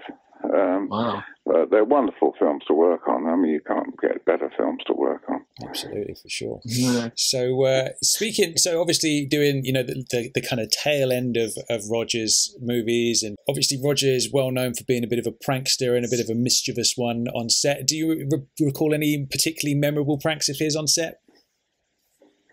Well, funny enough, when we did Moonraker, we were filmed mainly in Paris. And we used all the French technicians, or most of the French technicians, and we shot in 3 studios there. And, of course, they weren't used to, the French technicians weren't used to the atmosphere you get on a Bond movie set where everyone's joking all the time, and particularly with Roger playing around. And we were doing the scene in the spaceship up in 500 miles up in space, and Roger and the girl and Jaws are walking down this corridor, this like perspex tube, looking out into space, and suddenly the French prop man comes up on the other side of the glass with a blue face and an antenna sticking out the top of his head, and starts to clean the windows. How funny. And Roger, it was one of the first times that the table's been turned on Roger, and he's totally wet himself. That's amazing. If there was any chance of having stuff like that in, the special features of DVDs or something, that would be amazing. But I suppose everything like that was probably left on the cutting room floor.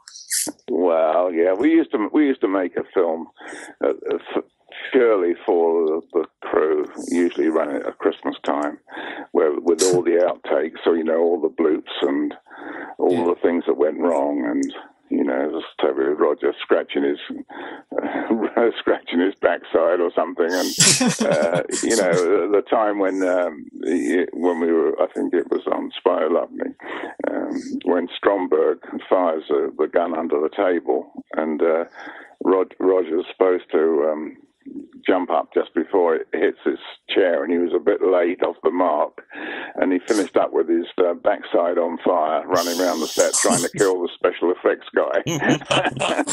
Amazing. And that was on film, and of course that went into our blooper film, and it was dynamite. I just had to take it to pieces. We had one screening, and I used to have to destroy it, because if that got out, someone had stolen it, or it got out into the public, it would have been dynamite.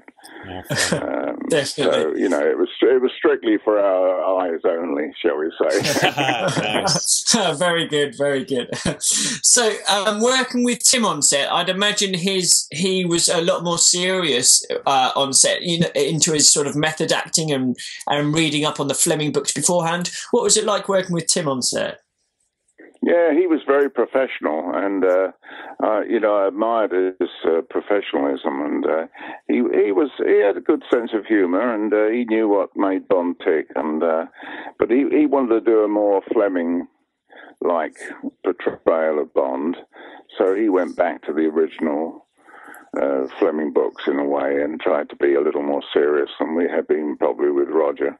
But it suited Tim better that way. He kind of, and I thought he did remarkably well. Both his films, I think, are fantastic movies.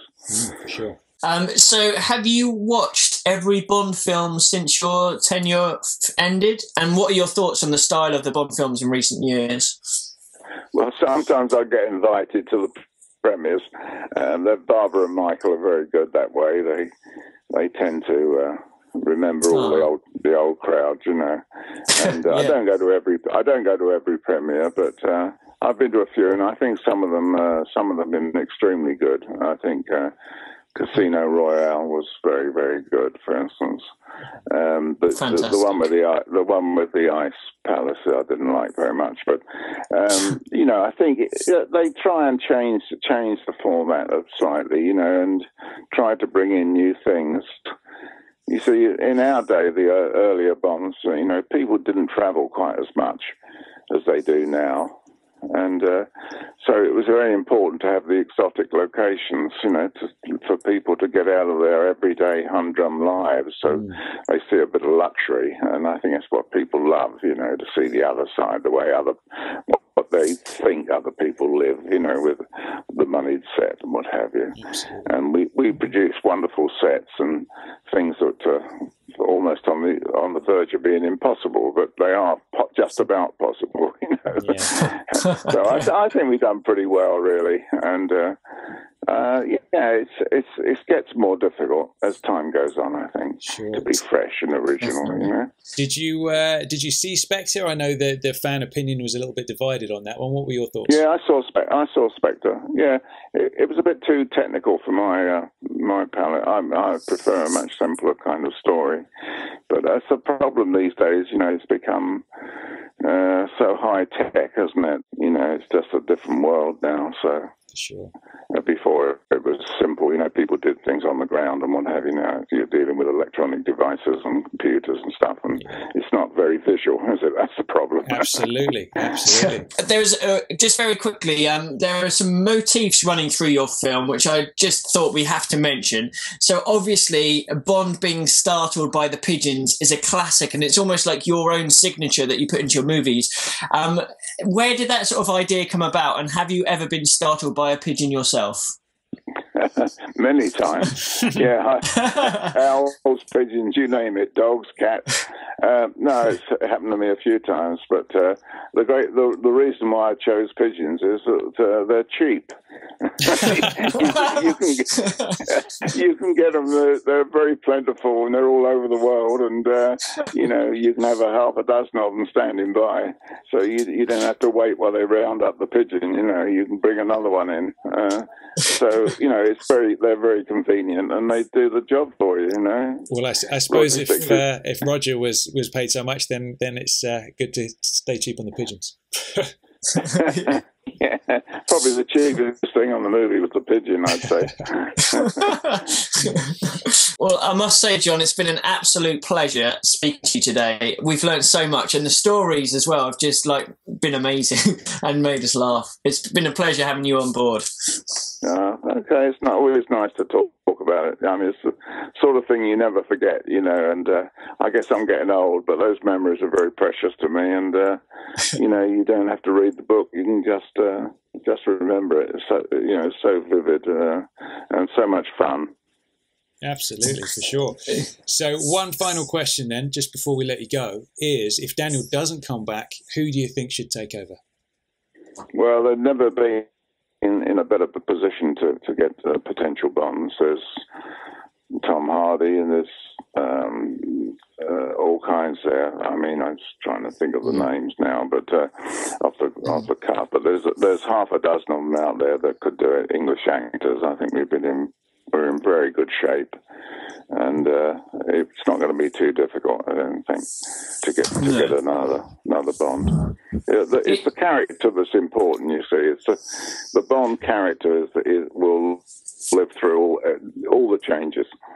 It'll go on for some time, I'm sure. Absolutely. Okay, cool stuff. Well, thanks again so much, John. Okay, Chris. Okay, Tom. Nice to talk to you. Nice to talk to you too. Thanks again. We'll see you soon, hopefully. Yeah. Take care, John. Bye-bye. Cheers. Bye.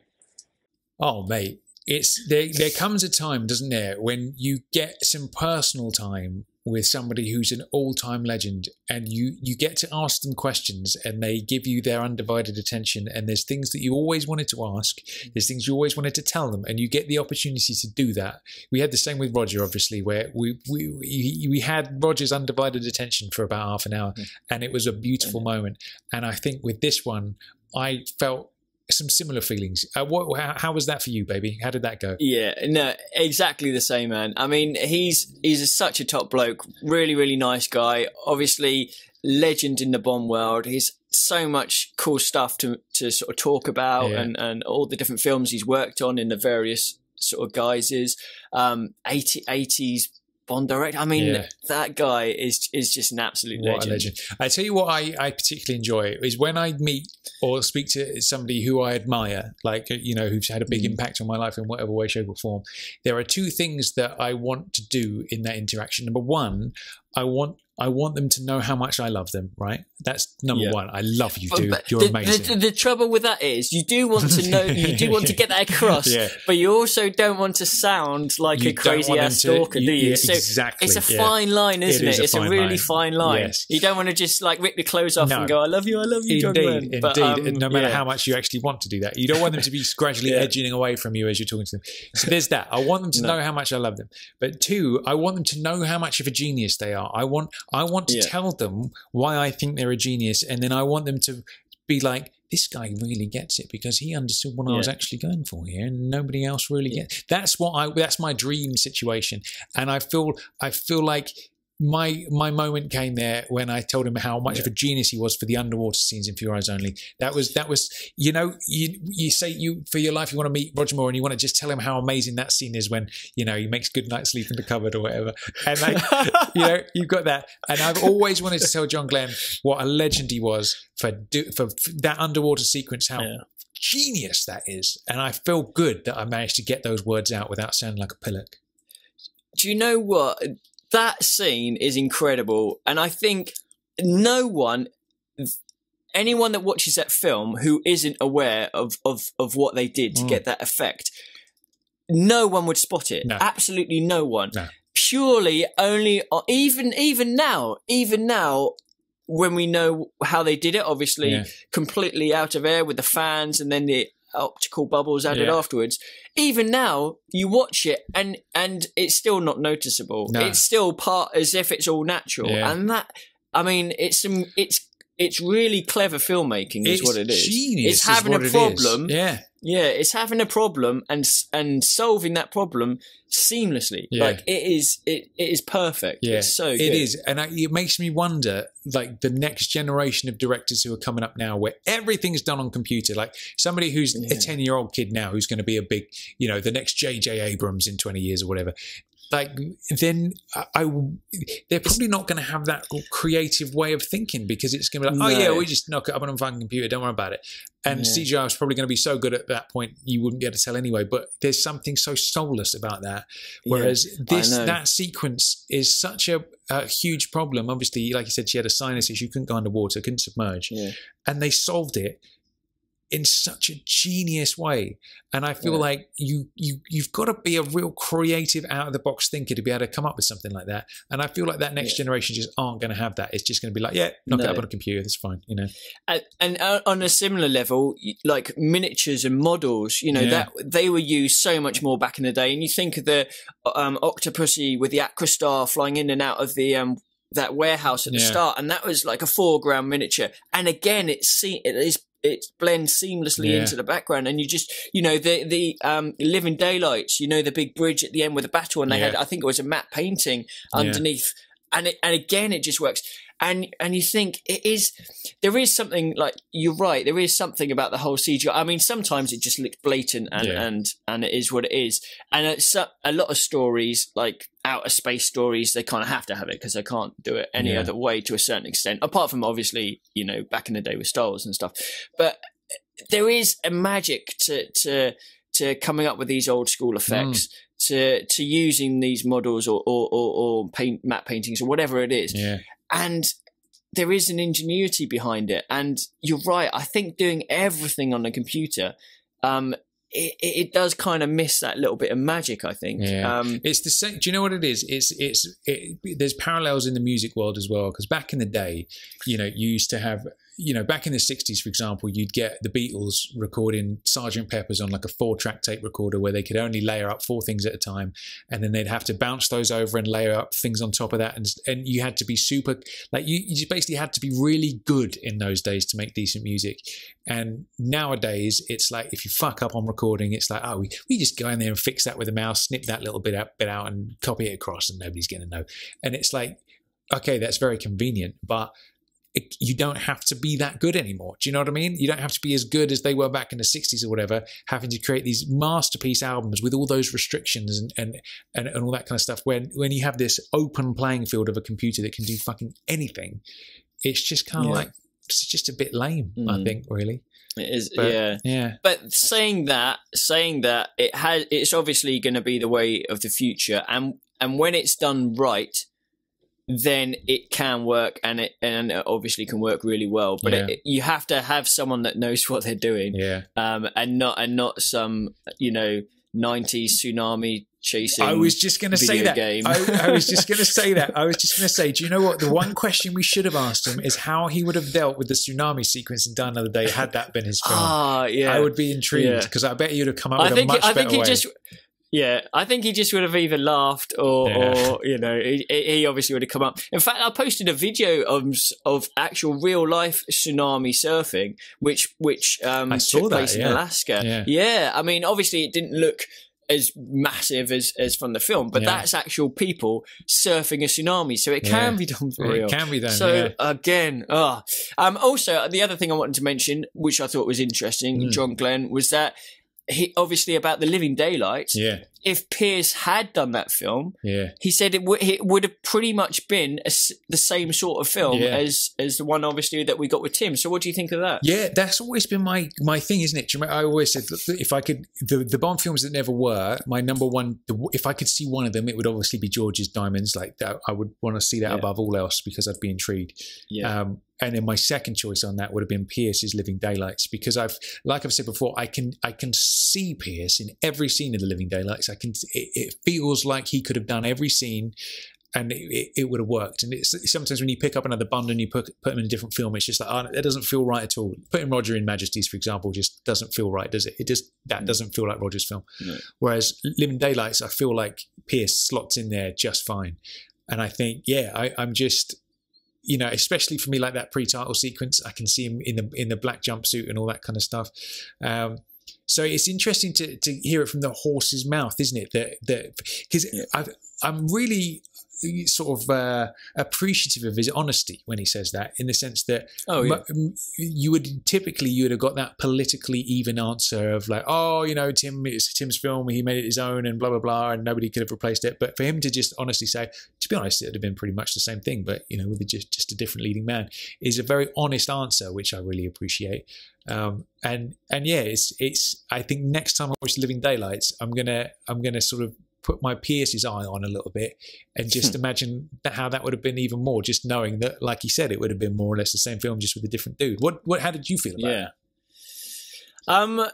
Yeah, interesting. Well, I think I never thought it would be hugely different, just because the timeline was so short, wasn't it? Like, Tim found out on, what was it, a Friday or a Saturday, and then he was there on the Monday. Yeah. It was literally like, you know, less than a week. So I couldn't, the script would have obviously been exactly the same. Yeah. In terms of the way the character was portrayed, I imagine Pierce would have gone darker than the Bond that he ended up with, but perhaps not as dark as Dalton's, I don't know. But, you know, it would, from that aspect, it's interesting. But yeah, I mean, I've always thought it would have to be pretty similar, just because they had hardly any time to do anything else. So, but it was good to hear that from John as well. I thought interesting, at least. Yeah, absolutely, cool stuff. So big thanks to John then for joining us today. I think that's one of my favourite interviews we've ever done. Actually, I think it's rare definitely. We get to talk to somebody who's had such a huge impact on the world of Bond. And you know, he had an entire decade to himself, going back to editing Majesties and eventually directing all those movies and stuff. I mean, doesn't get more Bond royalty than that. So yeah, thank you to John for joining us. Excellent stuff. So I guess it's time to answer our listener trivia question of the day. Chris, have you had your brain on thinking about it? Not while I was listening to the interview, but I'm kind of turning it back on now. But yeah, should we have another listen to the question? Absolutely. And see if that tweaks some bells? All right. Obviously, this one came in from Andrew Melton. So let's have a quick reminder. Which James Bond soundtracks have a track entitled "Bond Smells a Rat"? Okay, I think the obvious one is obviously "Diamonds Are Forever." 100%. Sorry, old boy. One of us smells like a Taj handkerchief. So that's that one. And I think I know the other one. Have you got any leads on what the other one is? I think there's two. Well, I can think of one other. And I think you were on the right lines when you said it was a Roger. Where did you go from that? I think it's Moonraker. I think it's Moonraker as well, in that lab scene. Yes, you know, where that's exactly what I was thinking. Got the file. I'm just trying to think if there is any more. Obviously, there's that sort of mice inspector, but I mean, that's not it. It's not right. Yeah. Are there any other? There's rats in Istanbul, but I don't think there's that was it. There's the three blind mice in Dr. No, Chris. There's three always blind that. mice in Dr. No. That is true. Any other mice or rats we can think of? Not that I can. Not the ones in the sewer in From Russia with Love, obviously. Yeah. But so I'm sure he smelt a rat or two down there. But I'm going to go with Diamonds and Moonraker. I think that's what I'll back you up on that one. All right, cool. Should we have a listen then and see what the answer is? Yeah, let's do it. Hi, here's the answer to my previous question. I believe 2 James Bond soundtracks have a track entitled Bond Smells a Rat, Diamonds Are Forever, and Moonraker. Thanks. Love the podcast. Bye.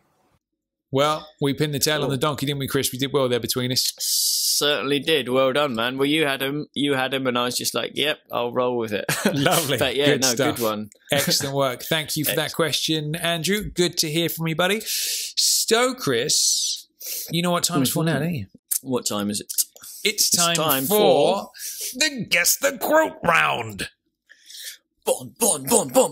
James Bond. Absolutely. This is the beginning of the most fun part of every James Bond radio episode, where we tease each other with quiz questions and God knows what else. So it's the Guess the Quote round, Chris, which I believe it was your quote last time, wasn't it? It was indeed. Now, I think I remember you said you had one. It could have been one of 2 people last time, but I'll do the quote again. Come on then. See if it helps. My quote was, Alima, That was very good. Right, now I'm going to tell you what leaps to mind is when oh fucking hell, Spy Who Loved Me. Right. What's his name? Max Calber. He's on the phone, Jaws turns around.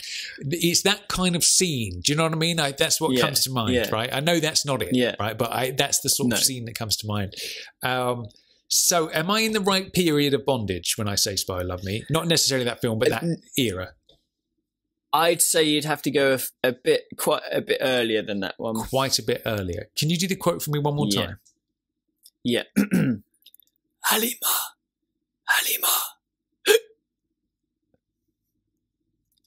Okay, is it Live and Let Die? No, think of the character, the gender of the character. Maybe I'm not getting it across right. Is it a man? No. Halima. No, it's not. I'm trying to do a female. Hang on a second. Okay, okay. So it's all your fault, right? Is it You Only Live Twice? It could possibly be. Okay, Twice, right. yes. I want to win it now, Chris. I want to win. Yeah, it was the Halima that threw me off.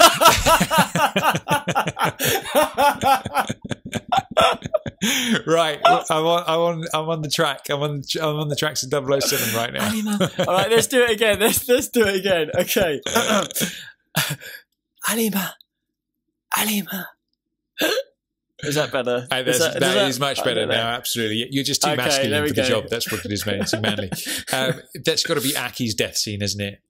It is indeed Aki's death scene, yeah. Just after she's tasted the poison. And I hope John Williams isn't listening to this episode because he's going to get all upset, isn't he? He will, yeah. He doesn't like what a beautiful scene, though. I know it's a haunting scene, but it's a great scene, that one. That is one of those, actually, that I feel slips under the radar a little bit in terms of iconic moments of Bond. I feel like that's a very striking thing, seeing the poison drip down that thread, and it's just, that is a very striking scene, actually, that I feel doesn't get mentioned as often as it perhaps should. No, very good death. So have you got a quote for me this time? I do. Okay.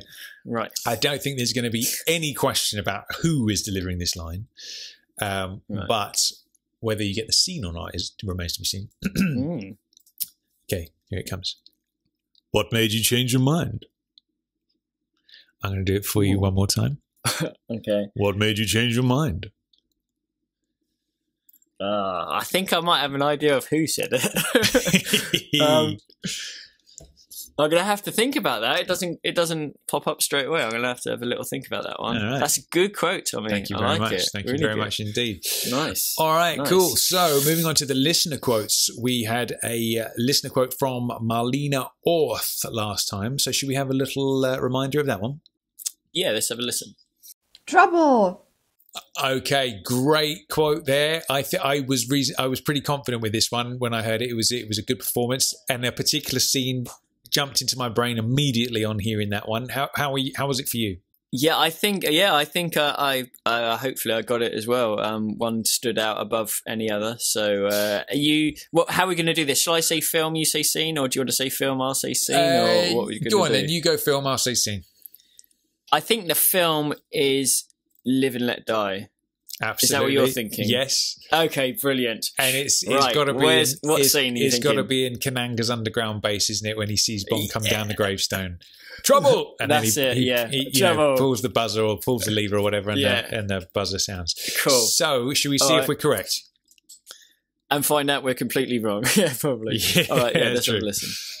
Hi, Tom and Chris and everyone from the JBR family. This is Marlene again, calling back with the answer to my quote question, which was trouble. And that is, of course, from Live and Let Die. Towards the end, after Bond has pushed Baron Samedi into the coffin full of snakes, and he and Solitaire tap the tombstone thrice with the sword they have, and they descend into the underground lair, and they start running around, and there's a guy behind a sheet of glass, and he goes, trouble! So, yeah, I hope you guys got that one. Thanks so much again for making the show. It's always good fun, and I always look forward to Fridays when the new episode comes out. So thanks so much for your effort, and keep up the great work. Bye. Cool. We pinned the tail on the donkey once again, Chris. We did well. Yeah. But that was due to a brilliant delivery by Marlena there. Great Absolutely. delivery. Yeah, good stuff. Thank you for calling that one in, Marlena. That was a great quote, great performance as well. Good stuff. We hope to hear from you again soon over the old voicemails. Now, we have a new JBR listener quote for this week, don't we, Chris? Is that right? Yes, indeed. Now, this is from Cade Biddick, who I believe is a first-time caller as well. So we have a listen to what Cade has to say. Now, Cade Biddick sounds like either he would be a character in like RoboCop, or maybe even a Star Wars character, doesn't he, with a name like that? Cade Biddick. Yeah, it does sound quite Star Warsy, like Boba Fett. Yeah, he'd be like a bounty hunter or a smuggler or something, wouldn't he? Definitely, Cade Biddick. Yeah, that's true. It's a cool name. It is a cool name. Good. So let's have a listen to Cade's quote of the week. Hey guys, this is Cade Biddick from Texas, and I've got to guess the quote. So here we go. Goodbye, Mr. Again, that's goodbye, Mr. All right, and I'll call back with the answer in a bit. Thanks. That's one of those where I feel like that could be many things, couldn't it? And it's like, that's a tough one, but a good one. Yeah. I feel like I can predict what the next line would be. I feel like that's pretty much for shoe-in. Yeah. Exactly. Yeah, no, completely. Yeah. But, I think I got that. Right. Nice one. Nice one, Cade. Good stuff. We'll find out what the answer to that is next time. So, moving on, it is time for... Who wrote the score for Live and Let Die? Who played Helga Branson? How did she die? Who wants to stockpile the water in Bolivia? It's Tommy Trivia. That's right, it's time for Tommy Trivia, where Chris pulls out a random card from the 007 Trivial Pursuit deck and quizzes me upon it. So, what have you got for me this week, man? Is it a challenge? Is it going to be easy? Is it going to be in the middle somewhere? I don't know until we start, but let's have a look. Okay. We are going to start with let's start with locations today.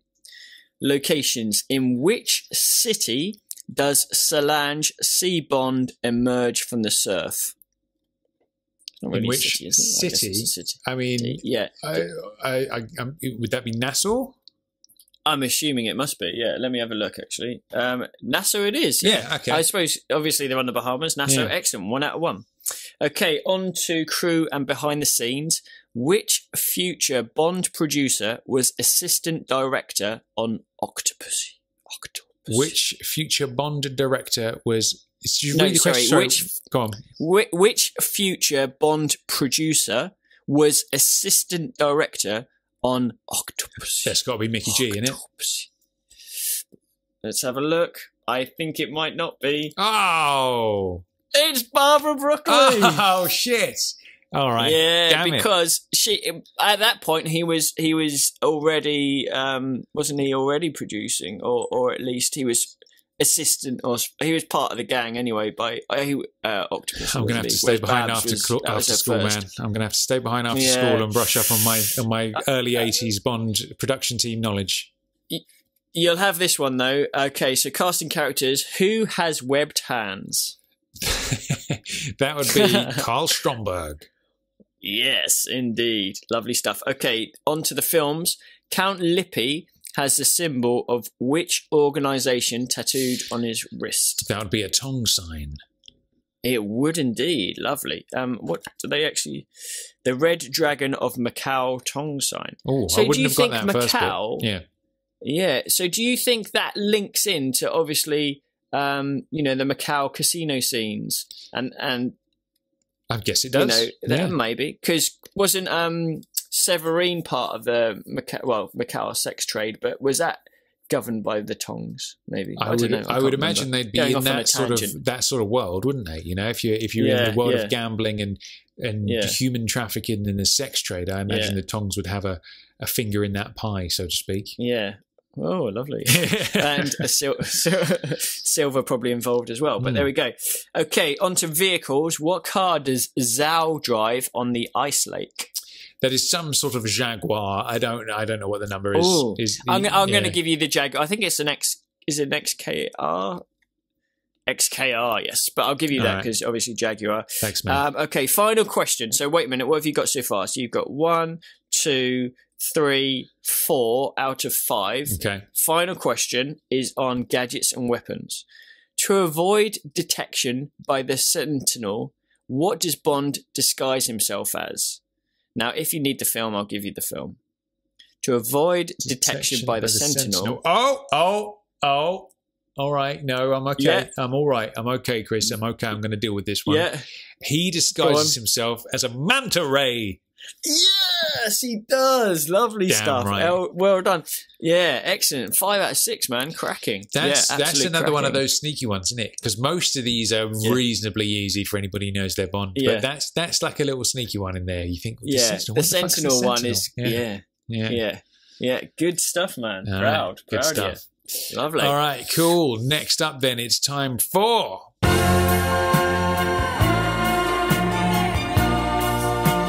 It's the music cue.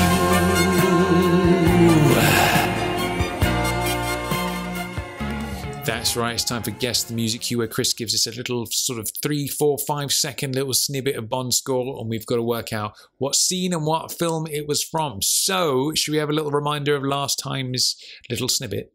Let's do it. Let's have a listen.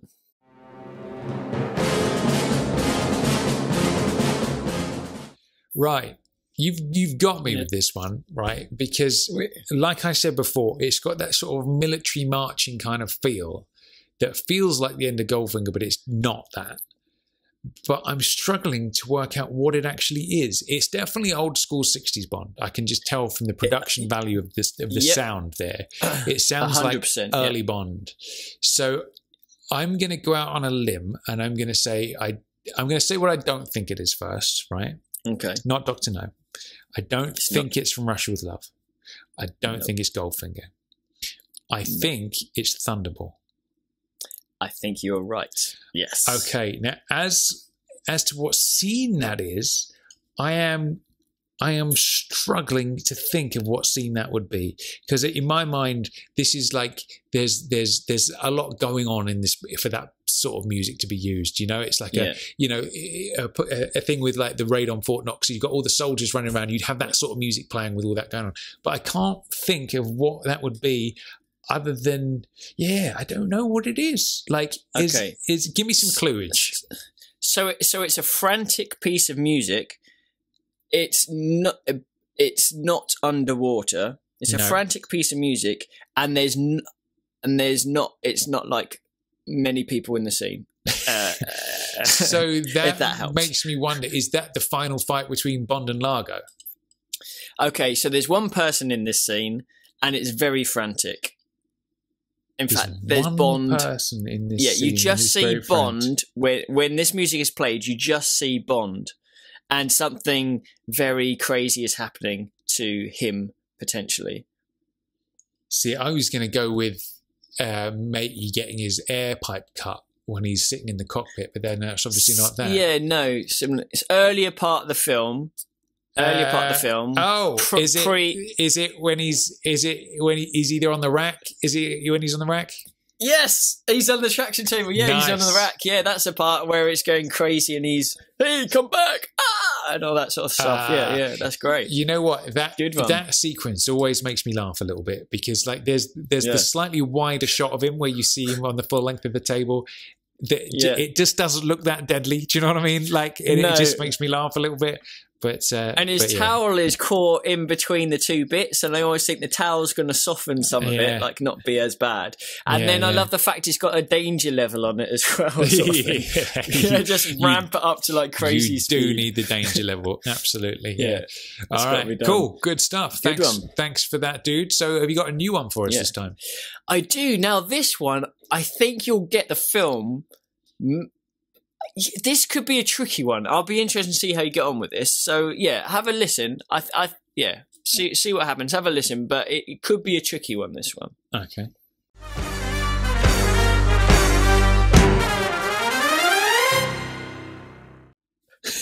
I like the head shake. I love the head shake. Right, that's got to be some primetime 80s Bond that I feel in there somewhere. I don't know if I'm barking up the right tree or the wrong tree. We'll find out next time. But I feel it in my waters that it's the 80s Bond. Yeah. There. Probably our guest of today would have recognised that. I would have thought. I think he might have done. Yep. Cool, Chris. So moving on to the penultimate game of the day. Do you know what it's time for now, or do I need to let you know? I think you better let me know because I've forgotten. It's time for What's the Next Line? Very nice. Now, what's the next line, for anybody who doesn't know, is a bit like Guess the Quote, but instead of just guessing what scene it's from and who's saying it, you have to get the very next line.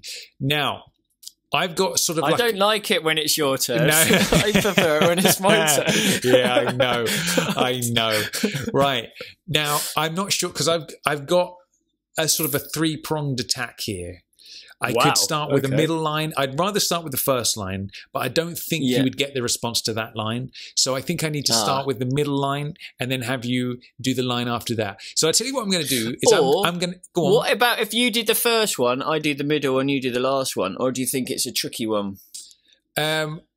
Well, I might not get it first time. I don't think you will get the middle one. I think perhaps you would get the last one. So basically what I'm going to do is I'm going to start off, right? You're going to know who I am immediately. And then I'm going to do the response. And then I want you to reply what that first character says. Okay? Okay. So I tell you what. Go on. Do the first bit. Yeah. Give it 2 seconds just to see if I can get it. All right. If I can get it, I'll go for it. If I can't, you do 2, and then I'll do part 3 after that. Yeah. Perfect. If I can. There we go. All right. Good skills. I like what we're doing there. Okay, so here we go. Are you ready? Yeah. Miss Anders, I didn't recognize you with your clothes on.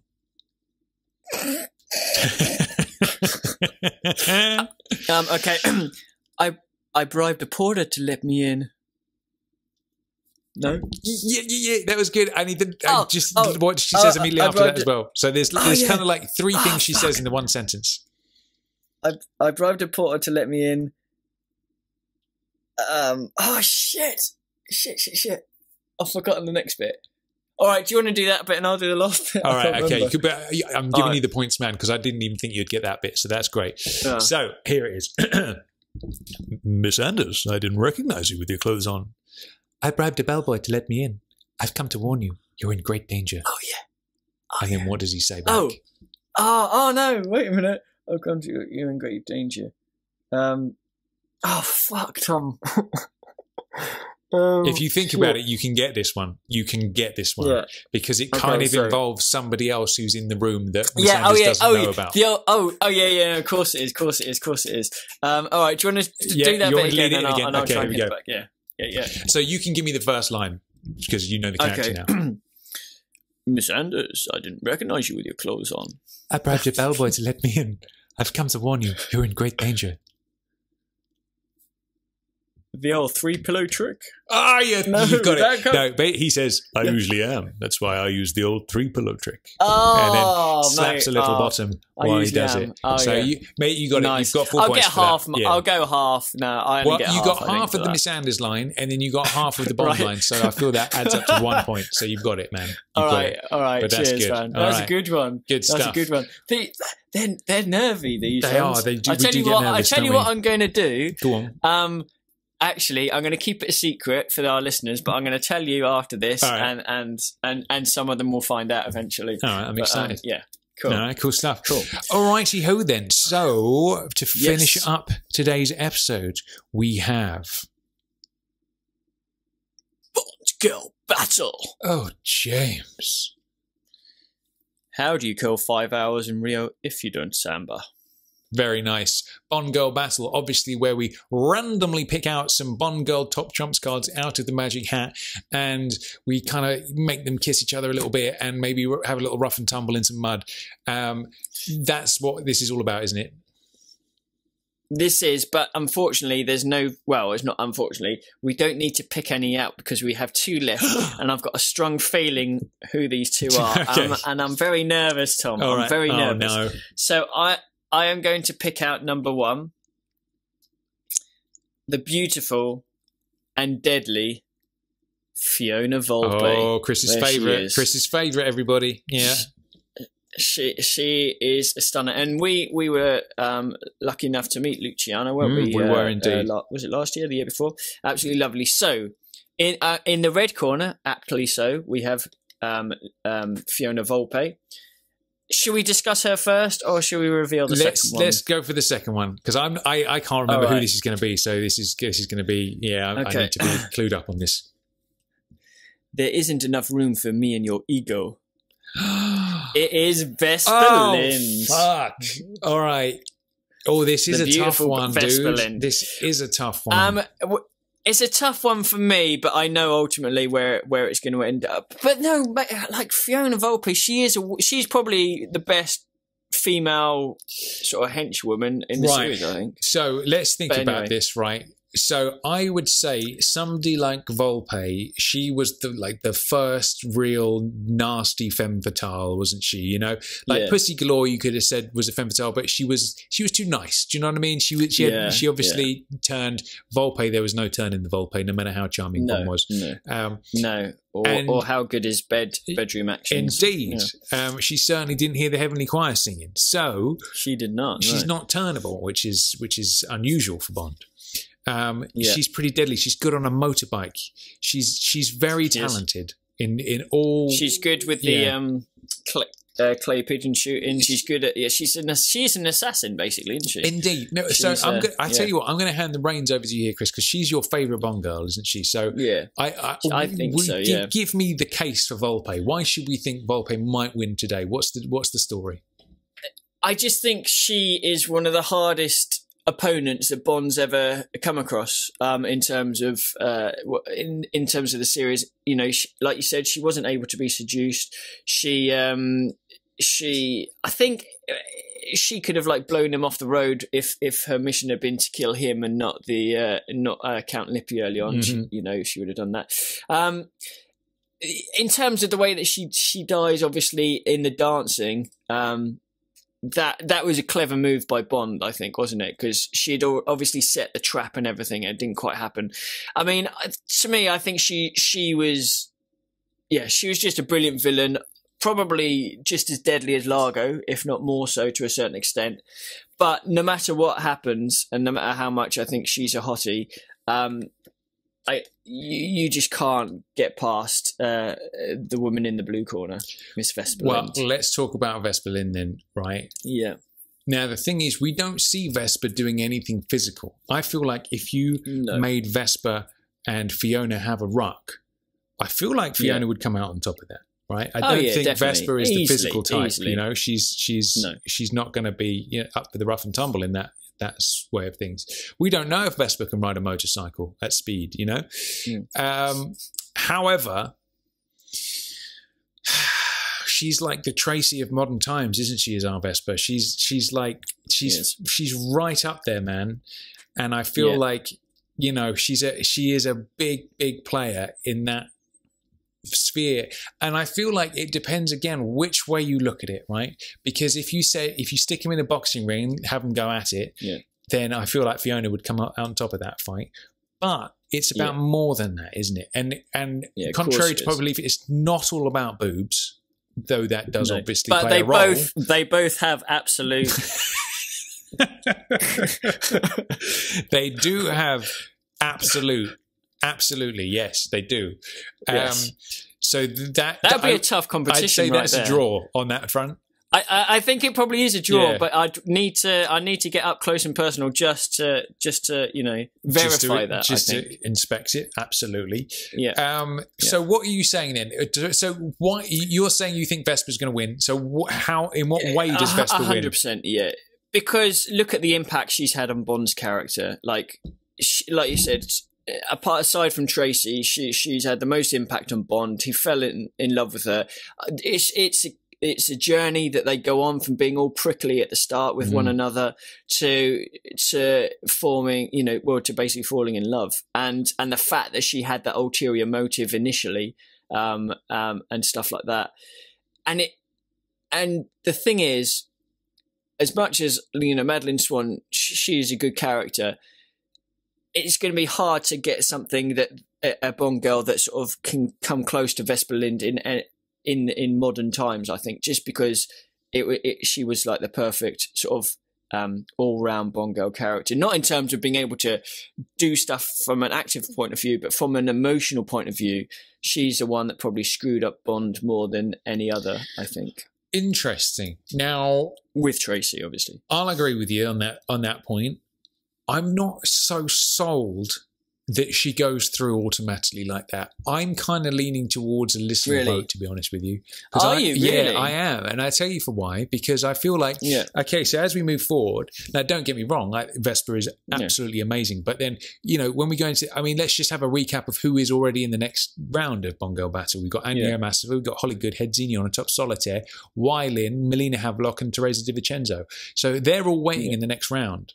And as much as I love Vesper, I'm like, well, if you pair up against a Triple X, who's going to win in that? Yeah. Who's going to win, Holly Goodhead, Xenia, do you know what I mean? Wylin, there's very strong, highly weaponized characters there, whereas Vesper is not that.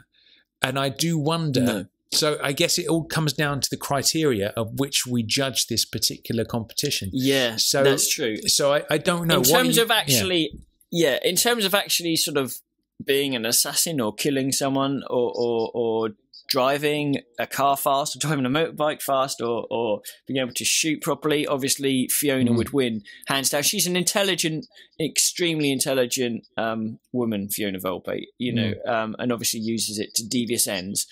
So Vesper doesn't have that aspect to her. I mean, if you look at that scene in the stairwell, and then you've got the shower scene as well. Bond, she's very affected by the death of somebody. Volpe, however, she does that before she has breakfast. No. You know what I mean? Yeah, exactly. So I feel like what we should do here is we pass it out to the listeners and let them decide, because I'm intrigued to see what criteria the JBR family used to decide this, because I think if it came down to a fight, I think there's only one winner. I think that one winner would be Fiona. But if it's we call it Bond Girl Battle, but it's more or less who's the best Bond girl, who's the better one out of the two. And I feel like we need to just pass it out to the people. What do you think? Yeah, I mean, I'm totally down with that. Yeah, I mean, maybe I was being a bit harsh on Fiona just because I thought, well, Vesper's Vesper, man. Bond girl yeah. But I'm more than happy. All right, in that case, we'll put the vote out. We'll put the poll on Facebook and the website and stuff. Yes. I feel like most people would probably come to the same conclusion that you have today. I feel like Vesper's probably going to come out on top. But I'm intrigued to see what actually happens and by what margin as well. And then we'll take it. True. Now, again, just to go through who's in the next round, we've got Triple X, Holly Goodhead, Xenia on the top, Solitaire, Wylin, Melina Havelock, and Teresa Di Vincenzo. I feel like these next rounds are going to be almost impossible, man. I feel like there's going to be a lot of listener votes. Yeah.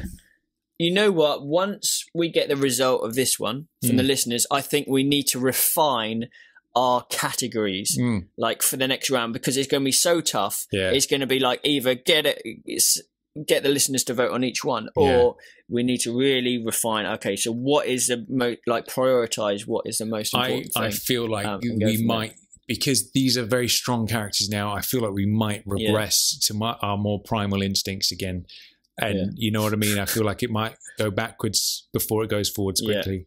Yeah, and then we'll see. We'll see. But that. I feel like you're right. I feel like the results of this vote will be very interesting, and I think that might dictate the direction of the whoopsie daisy. Might direct the future rounds of Bond Girl Battle. But yeah, so we'll stick that up on the old social medias so you can cast your vote, whether it's Fiona Volpe or whether it's indeed Vesper who goes into round 2.